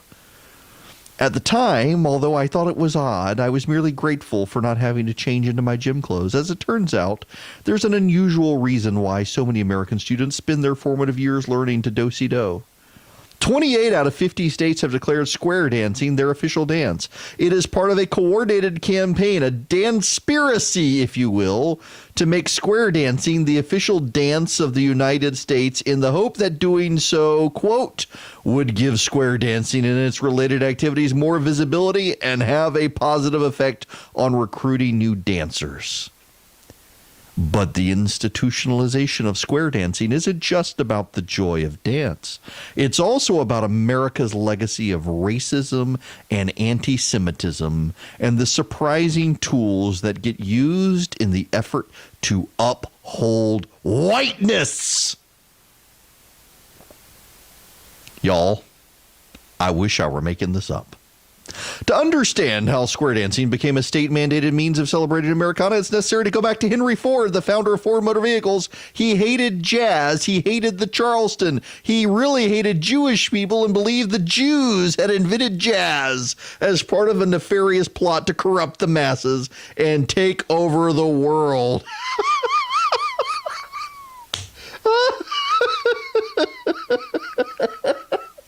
It's actually true. He didn't think that, but still.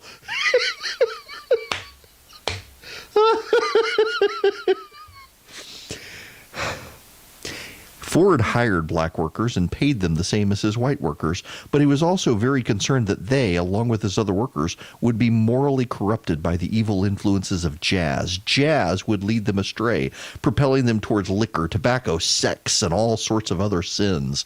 Ford and his wife had long had an interest in what he termed old-fashioned dancing.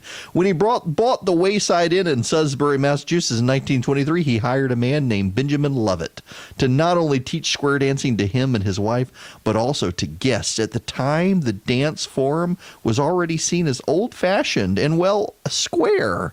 Even in the country where these kinds of dances had once been popular, jazz and swing were taking over.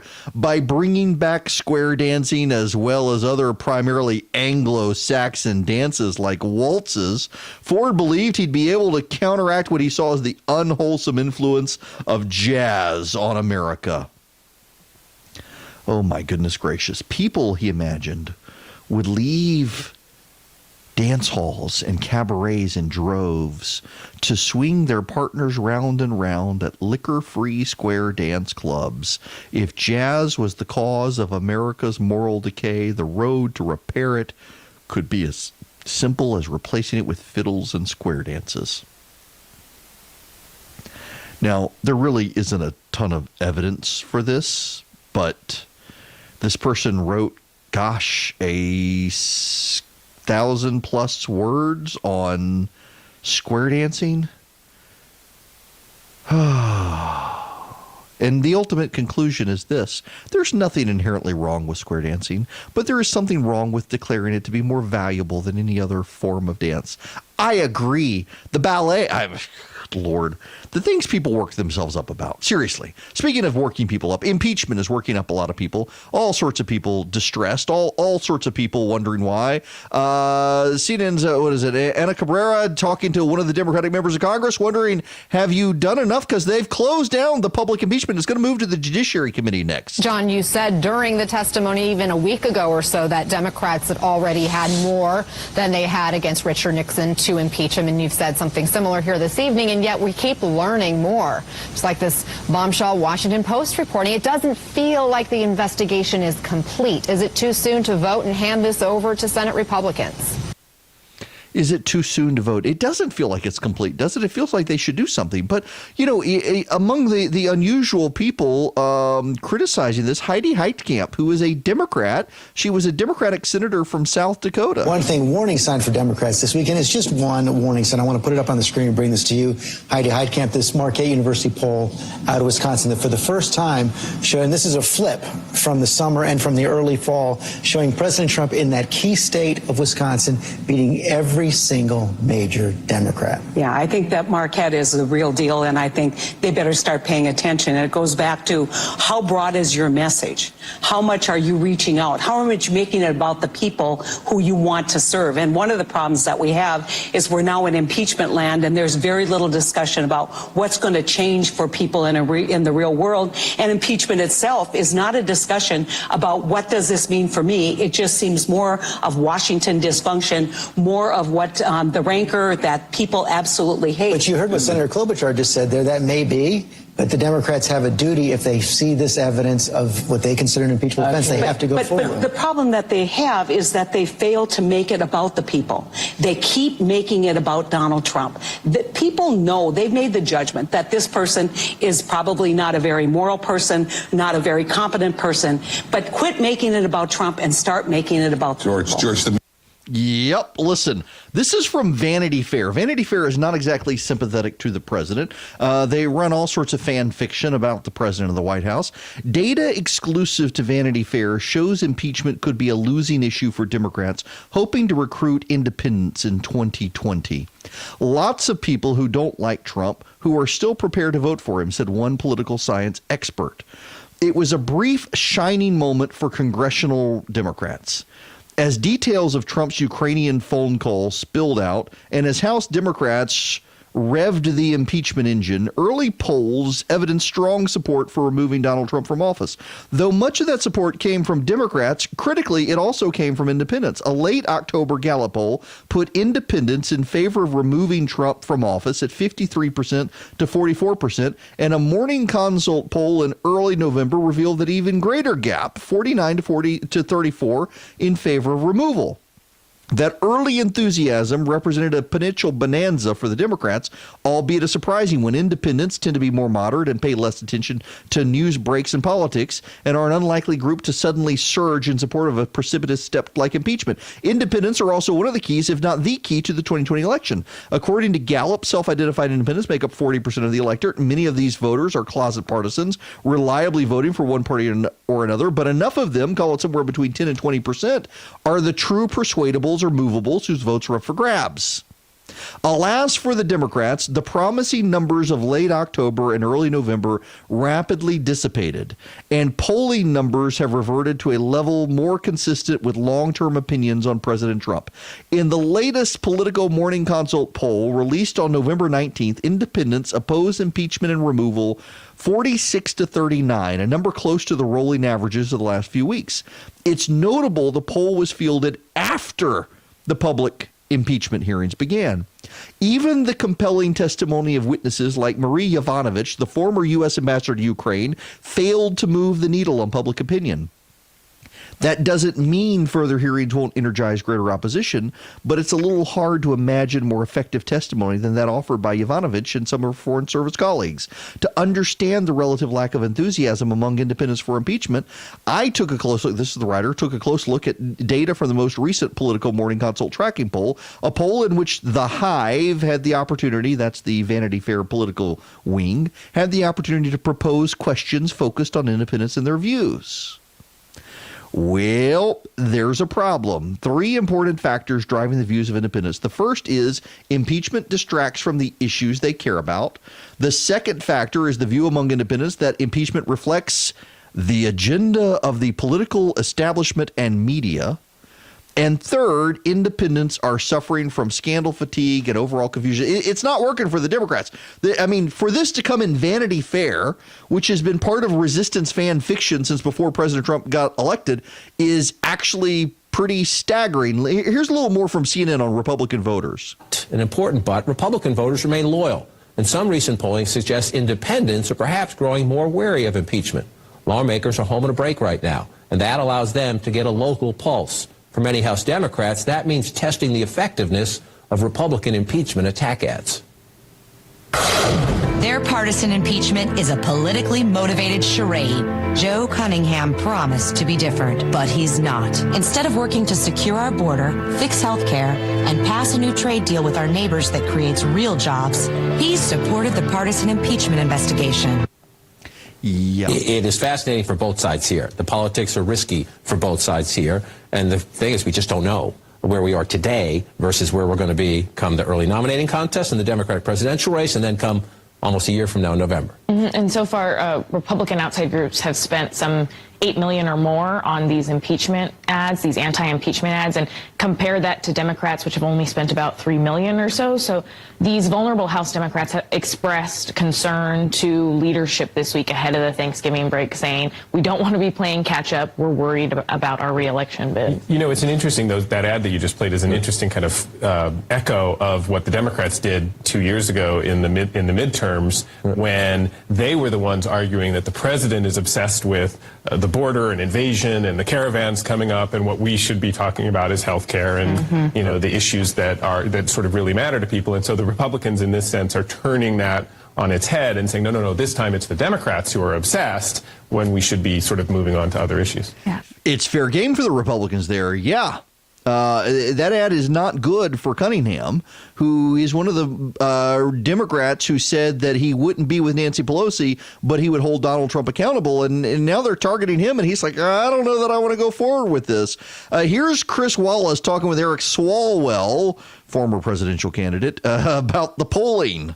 Public opinion has begun to actually move against you. And I want to put up a poll.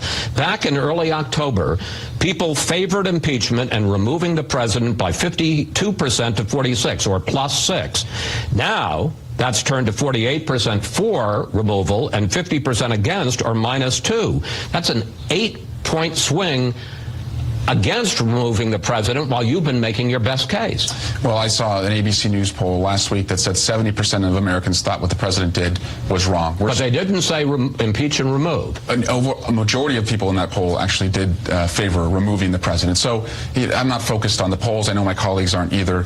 This president... Wait. Never trust a politician who says he's not focused on the polls. That's all they focus on. His power, his great, vast power to ask a foreign government to help him cheat an election, and I don't think we should be looking at the polls to decide what we should do. I think most Americans recognize that is wrong, and there have to be consequences.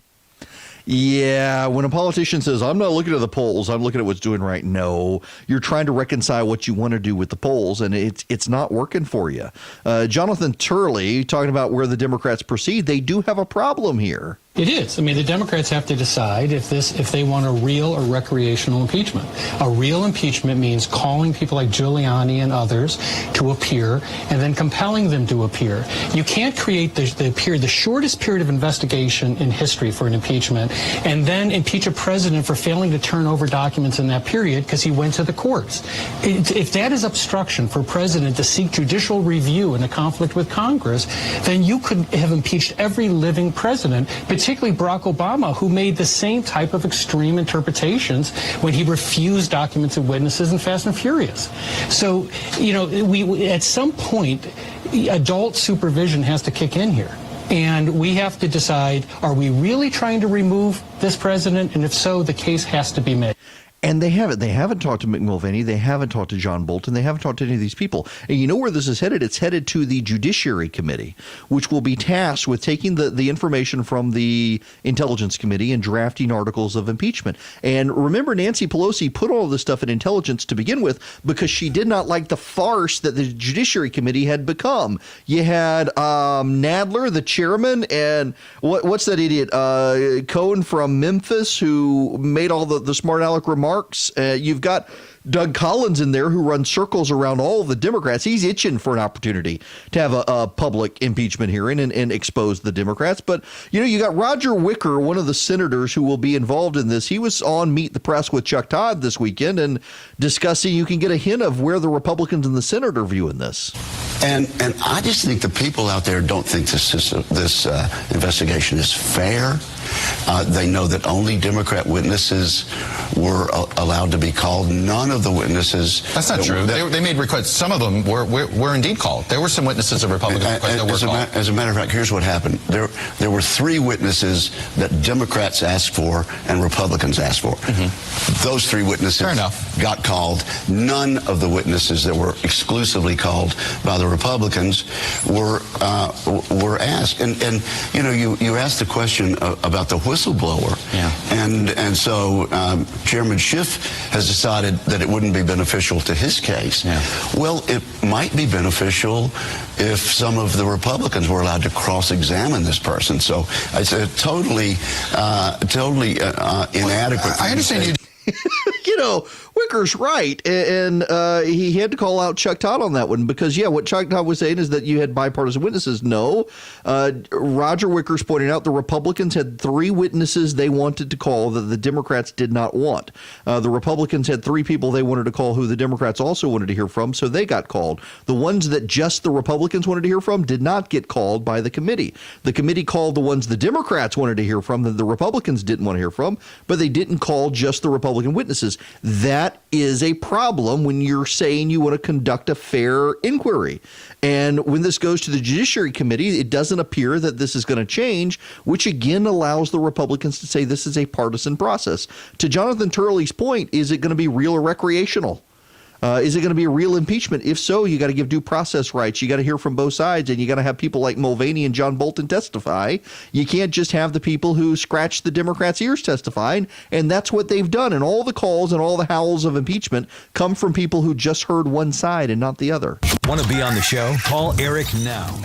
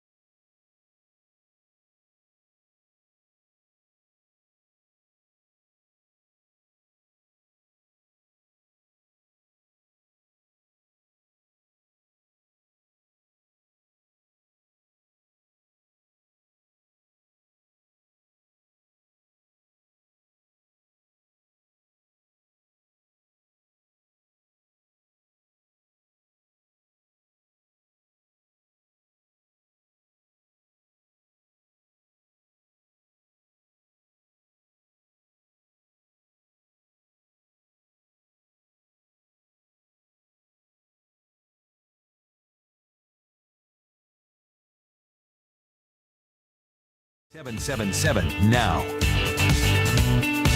The phone number here, 877-973-7425, 877-97-ERIC. Oh, Pete Buttigieg is continuing to have problems. I want to play this bit. This is from Meet the Press yesterday, highlighting progressive problems with Buttigieg. The issue of African-American support for Pete Buttigieg seemed to be a theme of the debate and on Wednesday night, except it seemed as if all the candidates didn't know how to talk about it other than Buttigieg. Here's Buttigieg and Kamala Harris back-to-back here on this issue of Buttigieg's arguably inability so far to woo African-American voters. While I do not have the experience of ever having been discriminated against because of the color of my skin, I do have the experience of sometimes feeling like a stranger in my own country. So we're going to now say that my pain is worse than your pain? These are all injustices, but to start comparing one group's pain to the other is misguided. Michael Eric Dyson, what was interesting about Kamala Harris's criticism there post-debate is that she actually had an opportunity to say that right directly back at Pete Buttigieg, and she backed off. Yeah. She actually, when he gave his answer, and there was more to it, and I think at some point he even threw out the caveat going, I know I'm not going to compare struggles, but... Right. And she decided not to do it, but she did it off camera. What does that tell you? Well, first of all, she's reinforcing a point that many people have made. You can't engage in an oppression derby. The Jews, the blacks, the Italians, the gays. By the way, you're always going to lose. Whatever derby, you're always going to lose. Somebody always feels oppressed. I mean, if you ain't in Kentucky, it's bad. So what's interesting is that she also had to deal with the gauntlet that had been thrown down is that black people are more gay. I mean, more homophobic, right? So now you're thinking, if I come at him, then it reinforces the perception of black people being more homophobic. And I think it's unfortunate. You know, it's hilarious to me. They can't talk about the issue, but they have a real issue. All of this goes back, you probably don't need reminding, but it's worth it for people who are new. All of this goes back to a focus group that Buttigieg's campaign itself did in South Carolina to figure out why he can't gain traction among black voters. And the overwhelming issue for black voters in South Carolina is he's gay and married. What was so interesting about the research is that these black voters in South Carolina, it was, interestingly enough, it was the oldest woman in the room who said she would consider voting for him. None of the rest of them, including the millennials, wouldn't vote for him. And it had nothing to do with him per se being, this is the fascinating part. I could have told them this. They didn't need a focus group. It had nothing to do with him being gay and everything to do with it being in your face by the media. Having to see him on the campaign trail with his spouse and the like. The black voters in South Carolina wanted nothing to do with that. And I could have told them that was the case. If Buttigieg was just a gay guy running for president, it wouldn't be a big deal to black voters. But it is that it has to be celebrated as a milestone marker when he is so, to them, so white. I mean, he is the whitest dude running for president. That bothers them tremendously. That essentially, to a lot of black voters, Buttigieg, if he were black and gay, would not be in the position he's in. The media would not be praising him. The media would not be glorifying his marriage. The media would not be boosting him. And there's a lot of resentment within the black community that a mayor from South Bend, Indiana, with a fraught history of race relations in his own city, can get that much positive media attention for both being gay and married and being a millennial and a white dude running for office. And there's a level of resentment there that I think is understandable. And the Buttigieg campaign can't get around that. And I guess they've decided to shame black voters into feeling guilty about it. And that's not going to work either for him. And that's why I don't think he's going to be the Democratic nominee. He can't overcome this issue, at least polls suggest, is going to be too tough and not enough time for him to overcome the issue.